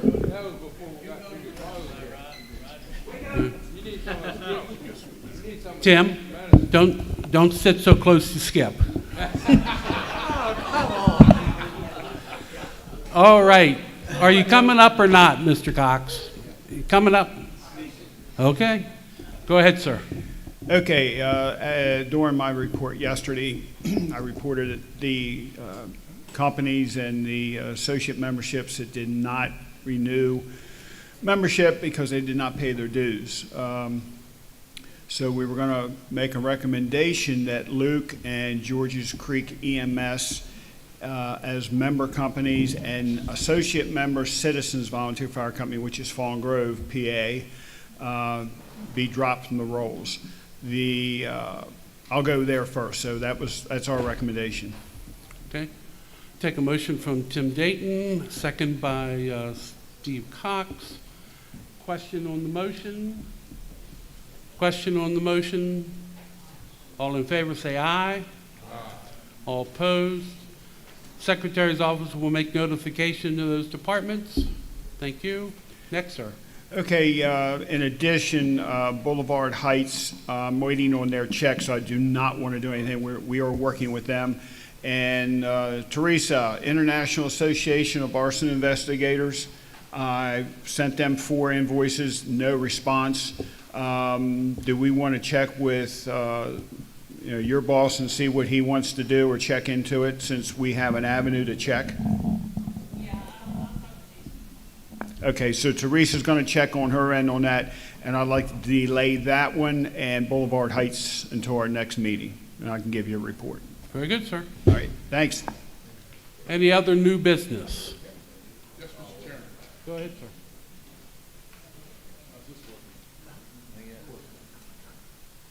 I'll try to talk a little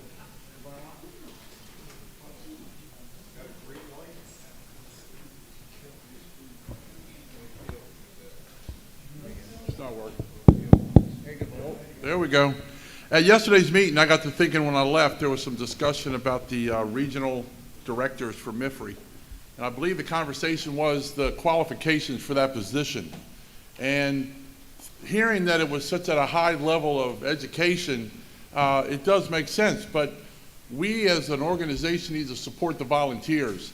And if there's people that are qualified, that know the area, know the volunteers, know the training, and know everything that needs to be involved with that, I think it's important that maybe this association or this committee makes a comment or a letter sent to MIFRE saying, hey, if you're qualified for this position, then it needs to be addressed that they meet the criteria. It may not be just the most educated person should be in that position. As we know, there's quite a few people in every one of these organizations that can train, that they can spend time with people. So at that level, it's extremely important that we have somebody that understands the area and the community which they are representing. And all I'm really making, I guess I'll make a motion that we will support somebody who can have two microphones. Yeah, I think I need to work on the wording and maybe some discussion. You know, we want to support the qualifications for the position, but is there any way we can be involved with the criteria or development of the criteria, or the development of the job description and the qualifications? I'm not quite sure if I'm even saying it correctly, and I guess I'm looking for some help. So I guess for opening statements for a motion, that we write a letter as a committee to show our concern of the qualifications for the job description. Do we have a second? Do we have a second on his motion? We have a second by Randy. All right, so for discussion. Yeah, I may not be explaining it right. Maybe Steve. Mr. Cox from MIFRE.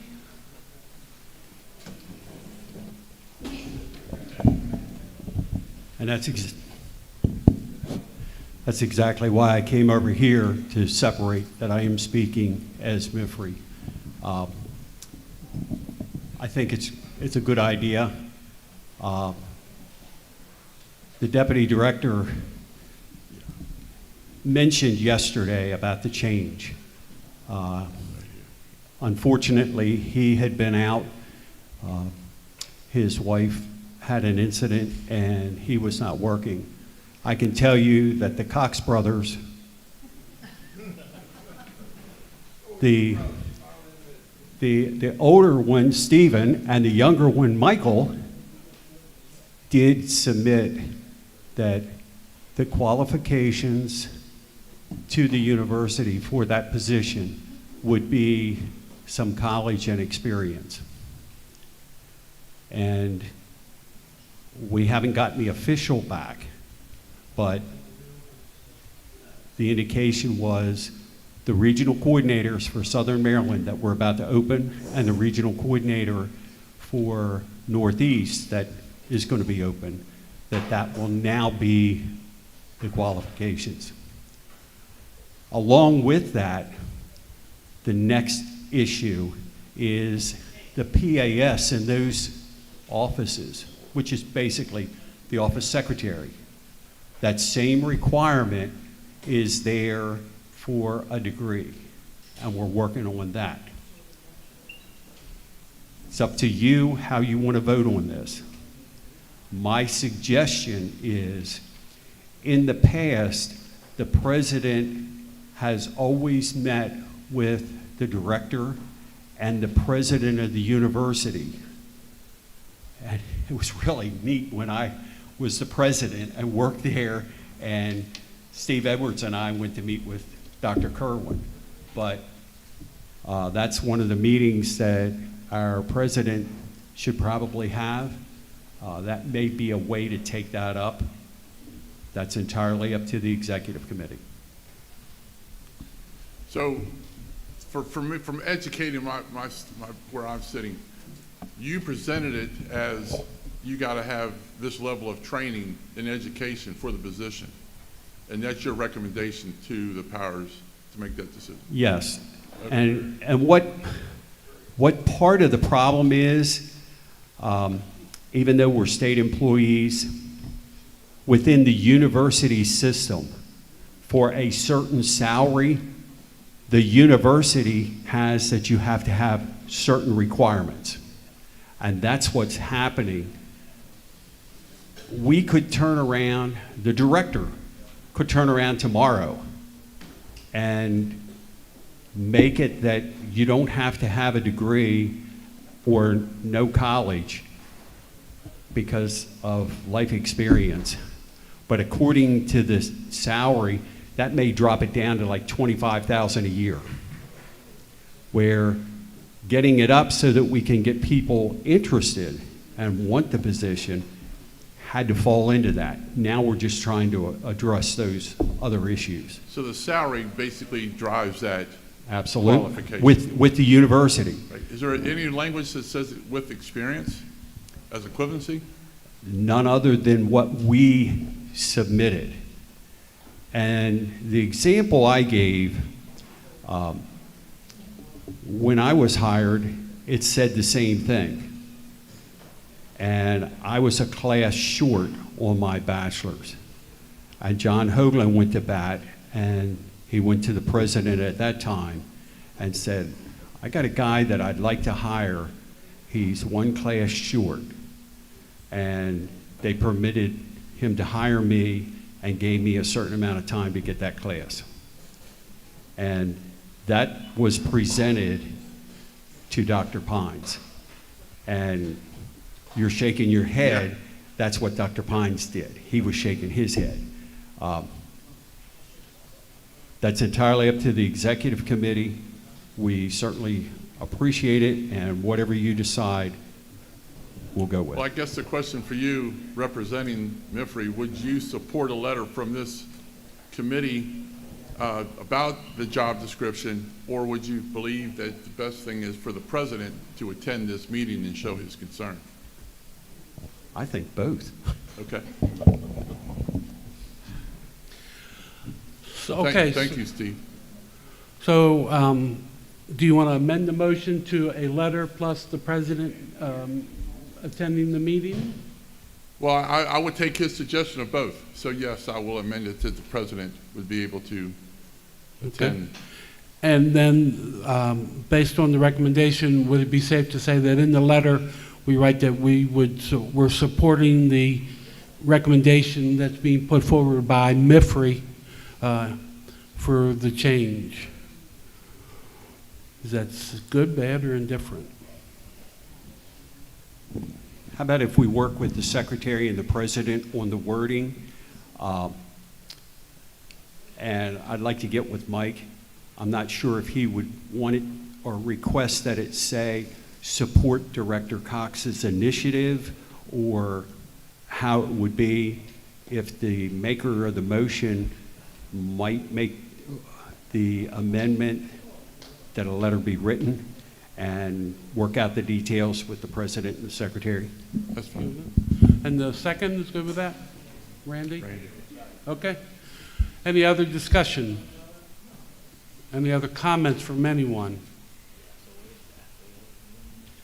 The motion states that we're going to be sending a letter, and the president is going to work on setting up a meeting. Okay. Mr. Chairman, I got a question on that. Yes, sir. Should we, and this is go to past President Cox for his input too. In the motion is a letter, we're addressing just this one position, or I feel we ought to address all the positions at MIFRE. I don't know what you have for instructors or regional people. I mean, if they got the experience, I mean, you know, just say that we feel it should be looked at across the board, in my opinion. You got a good firefighter. To answer your question, I think you can address the PAS and the regional coordinator. I believe you can address those. Instructor is in COMAR, what their requirements are, and that would definitely require a change in the law as to what the requirements are for an instructor. President Simpson? Thank you, Steve. I wanted to bring that up as well.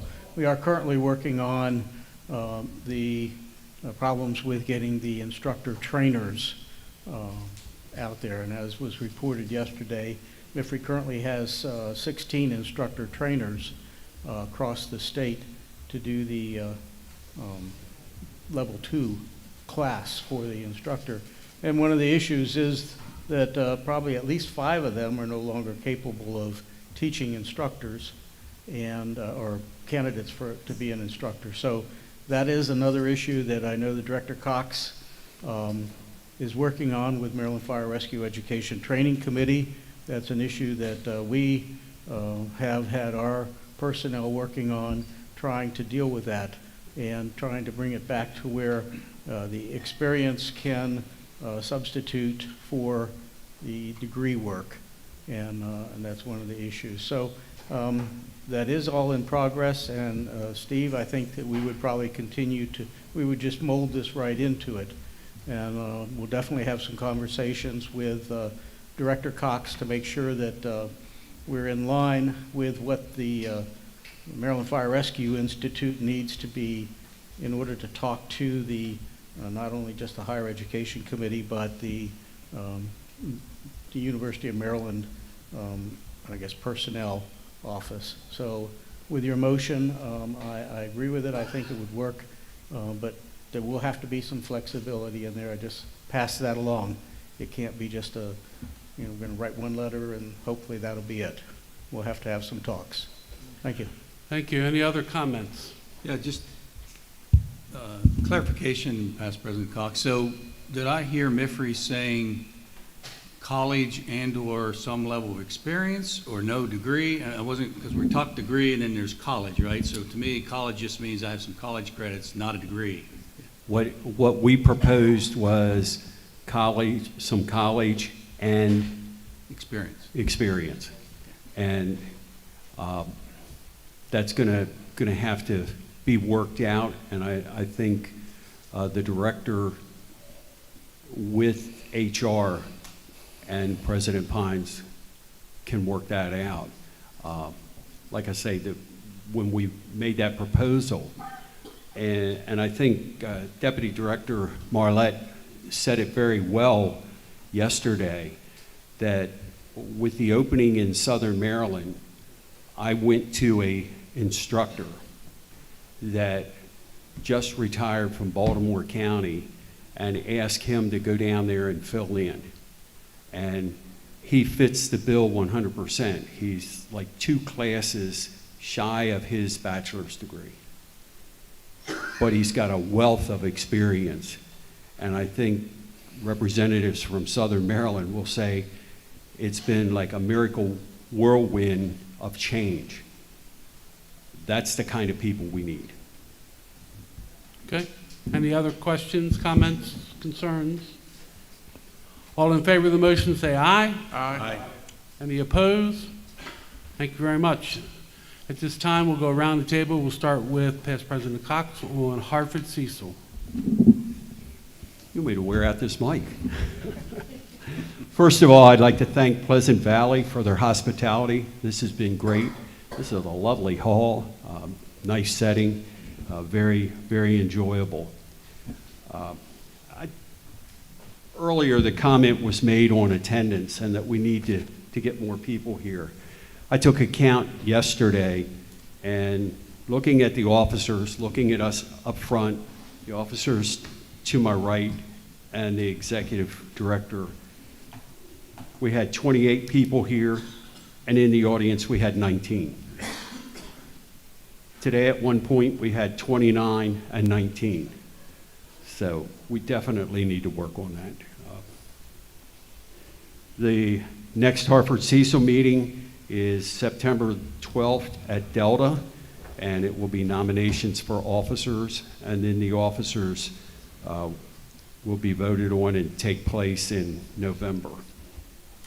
Cecil County, and first of all, I'd like to thank Wayne Tome, because the meeting of Cecil Counties when Nancy got out of the hospital, and I asked him to cover the meeting, and certainly appreciate him doing so.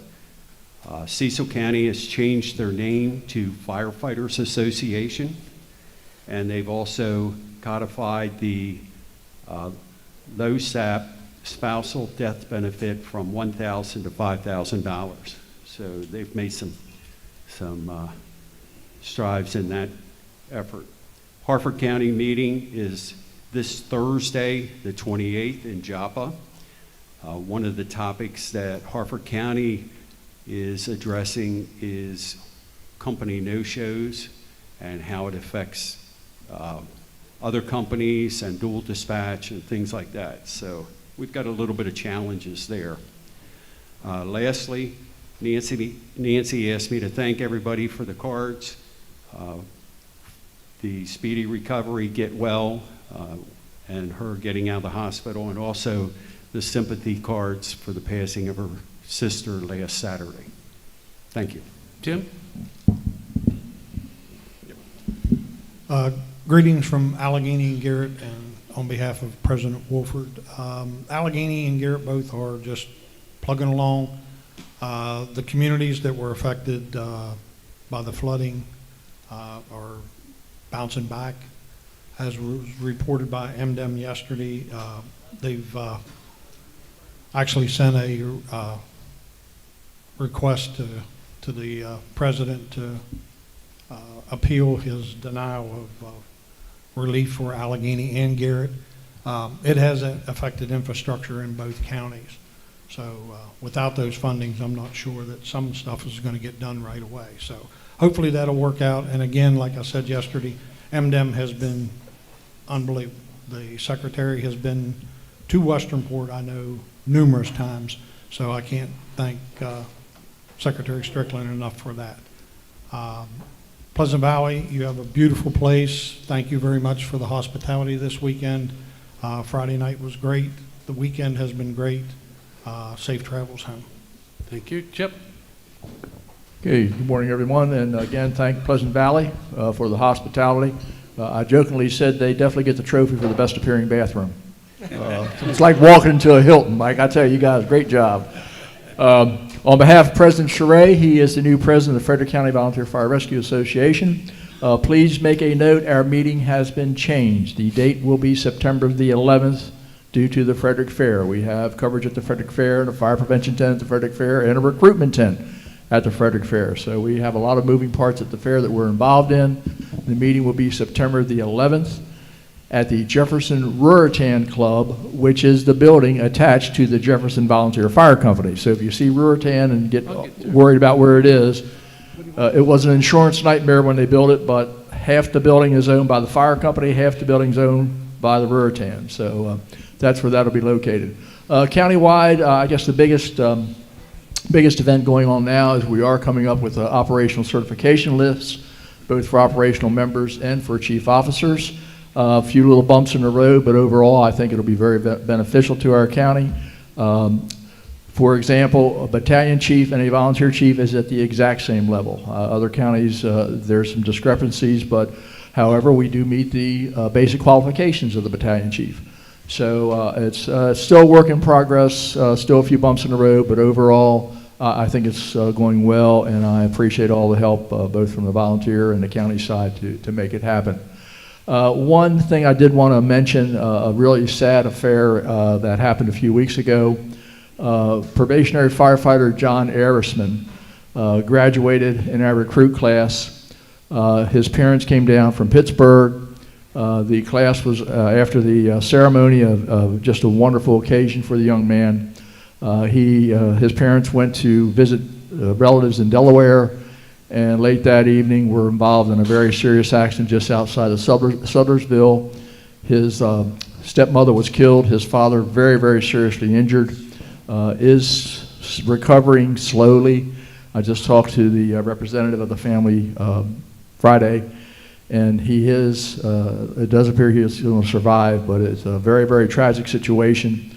And I do want to thank everybody from Sudlersville. I did call over to let them know they knew it was involved with the firefighter, gave them the information. They certainly offered to assist if there was information the family needed regarding the accident that they could release. So I thank Sudlersville for providing that backup if necessary, and the union representatives working with the family appreciated the offer from Sudlersville for anything. So Keep him in your prayers. He did start back to work Tuesday, I believe. He's 8C, and I think Tuesday.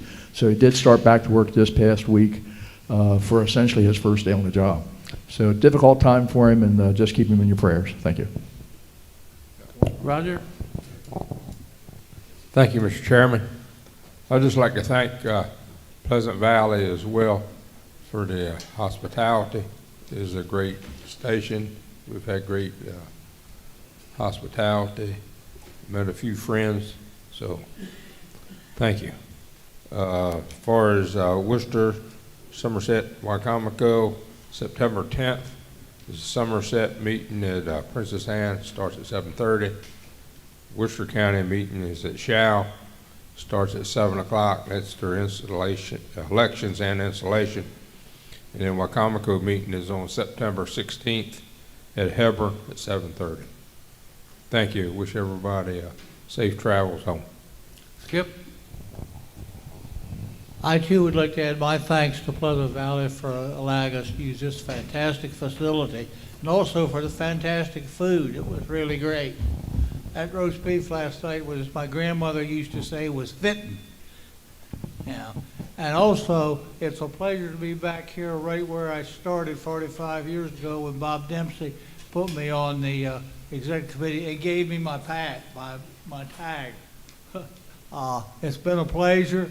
As always, I was told initially what I could and couldn't do, and I've tried to comply with it.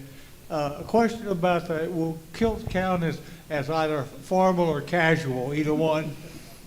I said you have to be covered, sir. Good one, sir. Dale? Greetings from Washington County. We meet every month, third Thursday of every month, and we have a permanent meeting site, which is now at the Western Enterprise Fire Station. We've changed from going around to each station to a permanent home, so you'll know where to find us every third Thursday of the month. We continue to work from the volunteer side as we grow our combination system and go through all the growths and the struggles of that. But the volunteers are strong, and we're working to make sure they continue to have a place in the fire and EMS system in the county. By the time we meet again, we'll have new leadership because we go through elections as well in November. So when we get together again as an executive committee, I'll be announcing who our new leadership is in Washington County. And nominations haven't occurred yet, so there's no indication yet of who that could be. Great facility. I'm very impressed with this location and the hospitality. And as I was driving home yesterday, I was thinking how fortunate we are as this group to travel around the state and see the wonderful facilities that are out there and how hard the volunteers work to provide service for their community, not only for emergency and in a time of emergency, but they are the cornerstone of the community and places for other groups to meet and to have a place to have fellowship. So kudos to this facility and the work they did and they put into this. Thank you very much. Randy Smith.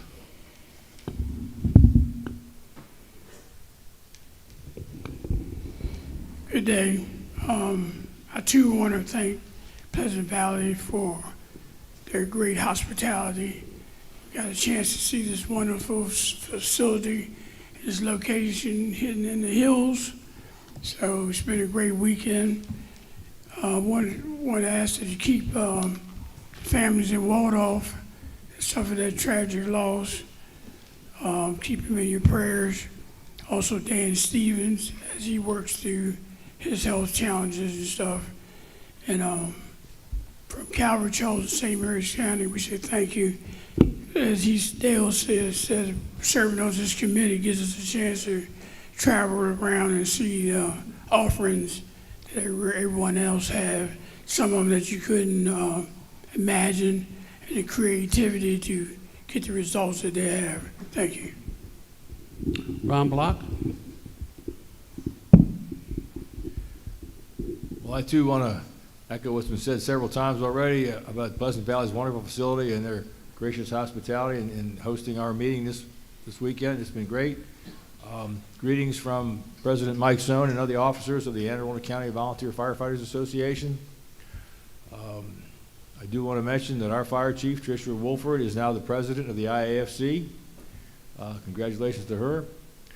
We are continuing to work without a permanent, at least as of the other day, we still didn't have a permanent replacement for the volunteer coordinator for the Anne Arundel County Fire Department, so everyone's working real hard to address the needs of the volunteers as we get through this.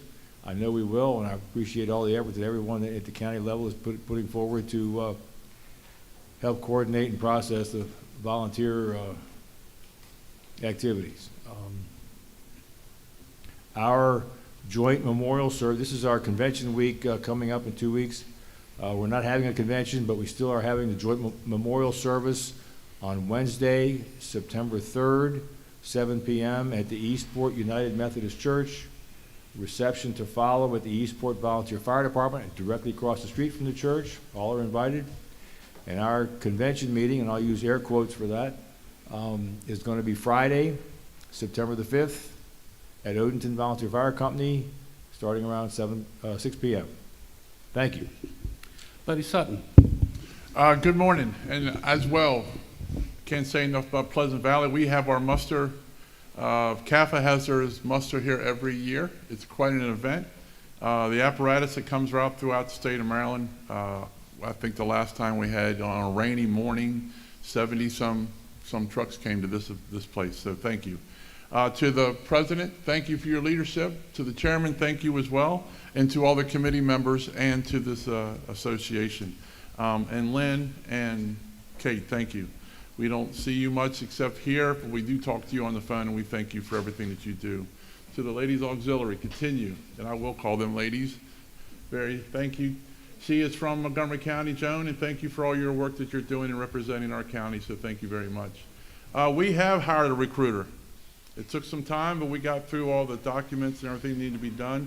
She starts tomorrow. I also want to say personally thank you to everybody reaching out about Ronnie Watkins. He just celebrated his 78th birthday. Quite a few people attended and went and saw him, and I want to thank everybody for their efforts. Starting in November, we will start to bargain, our contract that we have with the local government. We start that back up. My committee's already working, putting stuff together, and we're continuously working on stuff like discipline actions, involvement with policy making and things like that. So very proud of that efforts. And again, I'll see everybody at the next meeting. Thank you. Thank you. Vice Chairman Whipple. Thank you, Mr. Chairman. Good morning, everyone. Good to see everyone here today. I bring you greetings from Prince George's County and President Wells from Bladensburg. He will be the president again for the coming year. I too would like to thank Pleasant Valley Community Fire Department for a great weekend. I'll foot stomp Skip's comments on the roast beef. Great pit beef. Whoever was your chef did a great job with that, so thank you, and the facility is gorgeous. Our association convention is next month. It's September 13th through the 20th. I'll say it's going to be a roving convention. I say it in that way because we're going to be at Accokeek on a couple days, we're going to be at Bladensburg on a couple of days, and then we're going to be at Branchville on a couple of days. That schedule is on our website. If anybody wants to look at it, of course, all are welcome. We will be having the traditional memorial service and a bull roast, and we're going to try to have a games and competition kind of thing at Branchville on that last day. So look forward to that. Again, everybody's welcome to be there. As I mentioned at the transition meeting, we have a new county fire chief, Chief Micheladas. I'm not sure how to pronounce her name all the time, Lee. We kind of go through that. She's been on the job now 45 days. So far, so good as far as sort of resetting the relationship with the volunteers and the career department, that combination system that works so well for the taxpayers. We're actually having a meeting with her, chiefs and presidents from the association on this coming Thursday. I think it's going to be more of a listen session to see what she has to say about the volunteers, but we're looking forward to that meeting. We also have what we call our Founders Day, which is October 4th at the Fire Services Building. again, all are welcome to that, where we recognize founding members and members that have contributed a lot to the volunteer fire service in the county. And lastly, some of you probably have seen that past Chief Green had some issues. She's on paid administrative leave right now. I don't have any updates on that, but interesting that that happened shortly after the new fire chief took office. So other than that, sir, thank you. And everybody have a safe trip home. Vice Chairman Phelps? Yes, sir. Thank you, Mr. Chairman. First off, I'd like to echo everybody else's and thank Pleasant Valley for the great hospitality and what a great facility they have to come out here and look at this weekend. I think it was a great weekend. A lot of work was done. I enjoy working with everyone in this room, especially everybody on the committees. I think, like Chip reached out to us, I think it's great that you have the opportunity to meet people and network. As something goes out throughout the state, you have resources you can call and work with. So I appreciate that. Greetings from all three counties, Kent, Queen Anne, and Caroline. Queen Anne's County just got done their fair. That's a big thing, do a lot of recruiting there, get out to the public and see what's going on. So that went well. Kent County, everything's status quo there. They're working with going through the EMS billing and trying to make sure everybody wants to be on the same page to work through their EMS billing. Caroline County has taken the summer off. So they will not meet again until September. The date and time has not been set yet. It hasn't been reached out to me. After a Friday conversation with the Secretary's office, they do have one station in Caroline County that's working on getting the credentialing back up, so I'll be reaching out to them this week and working with that department individually to try to get them back up. He said they've had a lot of changes in membership as the leadership, so I'll be working with them. And as always, have a safe trip home. If you need something, reach out to me. Thank you. Thank you. I certainly want to start by thanking everyone on the executive committee for your attendance, your participation, your comments, your input, and the work we do together as a team. I want to thank all the folks in the audience that came out both days or one of the other days, again, for supporting us and supporting the MSFA. I want to echo the comments about the Pleasant Valley, outstanding job. We're very fortunate to have departments that are willing to open their doors up to us to allow us to come in and have meetings here. And we do appreciate everything that's been done for us, and we thank every one of you. Carroll and Howard County, both counties continue to go through working with combination departments and going through those challenges, budgets. Howard County is in the process of finalizing their 501c3 status and a name change of that association. As the commissioner was here yesterday and as Vice President said yesterday about Susan, about what some of the things are and the challenges and how important it is that we here in Carroll recognize the importance of the volunteers and the work and what they do. And throughout the state, the amount of money and the dedication of the volunteers, or the money the volunteers save, but the dedication that the volunteers provide to everyone throughout the state of Maryland. I would like to call up the two past presidents for the raffles. We'll take care of that. And then while they're coming up, Chaplain Long has something for good of the association that he wants to talk about.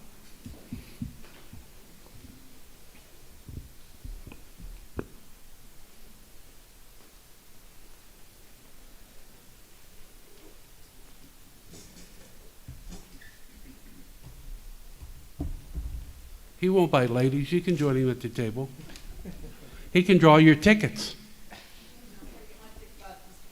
Okay. Go ahead, sir. Recently I was home and moved my mom to a retirement home. While I was up there packing her up, I had the opportunity to go on a call with my friend who's still the chief up there. And what was disturbing was we were going to an area that traditionally belonged to Snake Creek Volunteer Fire Company. So when I asked Preston why Snake Creek wasn't dispatched in the box, I got some alarming news. In Pennsylvania, you serve at the pleasure of the township supervisors, and each volunteer fire company contracts for fire protection. well, Franklin Township required the fire company to do background checks on their people, and they refused to, even though the township supervisors were going to pay to have the background checks done, because they got word from somebody that the person serving as their fire chief had a dirty record. There's a lot of fracking going on in Pennsylvania, and this guy was a transplant from Texas who came with all kinds of credentials, and so they finally, the township supervisors on their own did the background check and found out that this man was arrested and is listed as a pedophile. So I find it very important that this volunteer fire company is no longer in service and serving their citizens because they refuse to do background checks at the request of the township supervisors. So it's very important that when we bring new people in, that we check their backgrounds. I know Maryland Case Search only tells you what happens in the state of Maryland, so Anne Arundel County, the county does background checks that extend all across the country. So it's very important that everybody does a good background checks on their folks. Thank you, sir. Ladies, your pleasure. Whoever wants to go first.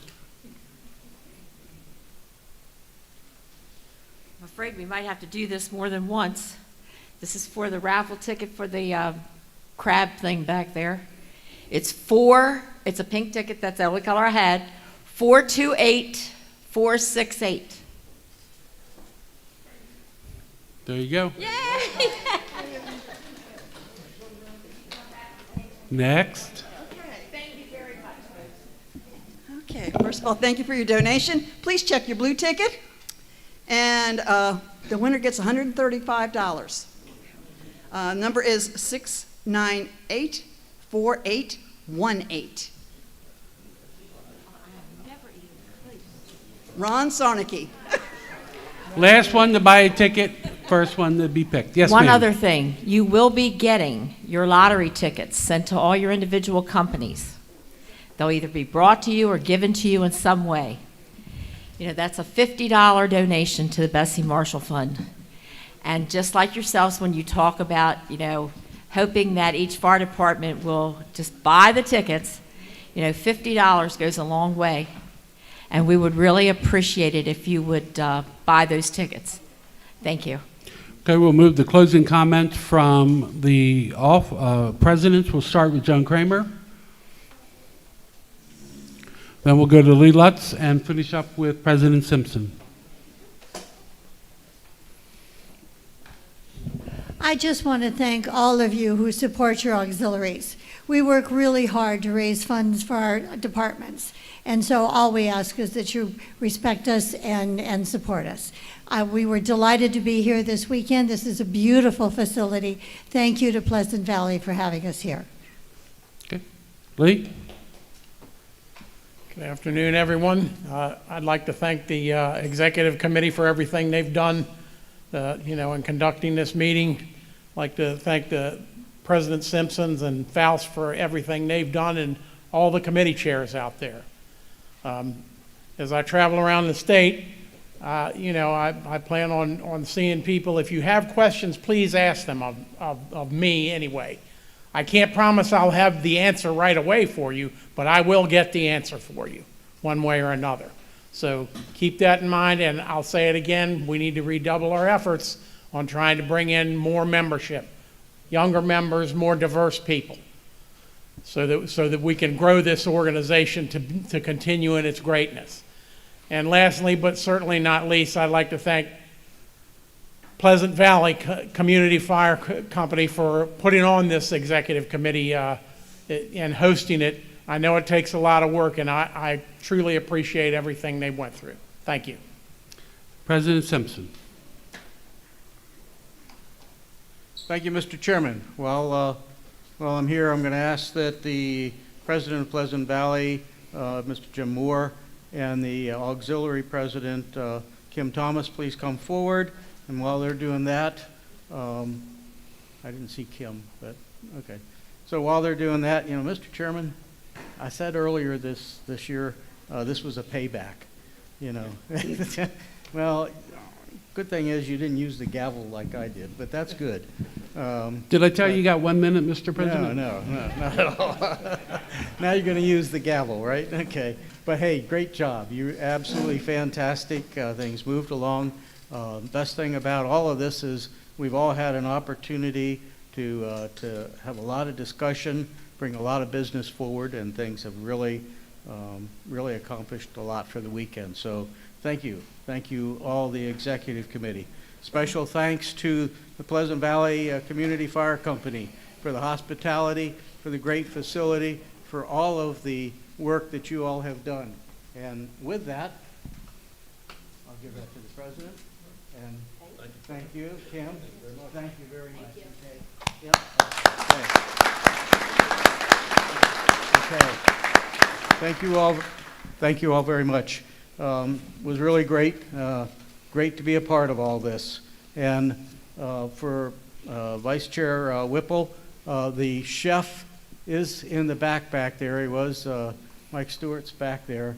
But now we're going to have to start calling him Chef. Okay. That'd be good. Okay. So just a reminder, I've got some extra directories up here that the secretary left. If anybody needs some directories, see me. Along with that, there's some interest in the Maryland Fire Rescue Foundation gala that if we have any of the officers who are interested in going to that gala on the September 27th, get a hold of Doyle. He does have some tickets that he will share without any problems. I will remind you that the AV people and Richard, thank you all very much for the work that you've done this weekend. The microphone system has worked great. The cameras have worked great, and I've gotten several comments sitting here all weekend in regards to the YouTube that's been online. People have been able to sit and watch what's going on and listen, so we're out there. We are getting our word out across the state and wherever as to what's going on and what we are all doing. $5. Thank you. And, $5. Okay. So, and that's the chair. That's the president. Oh, okay. The last thing I have is again, Richard had asked that if any of us can assist in getting the equipment out and assisting him. It's a lot of stuff, a lot of equipment that maybe we can stick around and help them. So our next meeting is December the 6th and 7th in East Newmarket.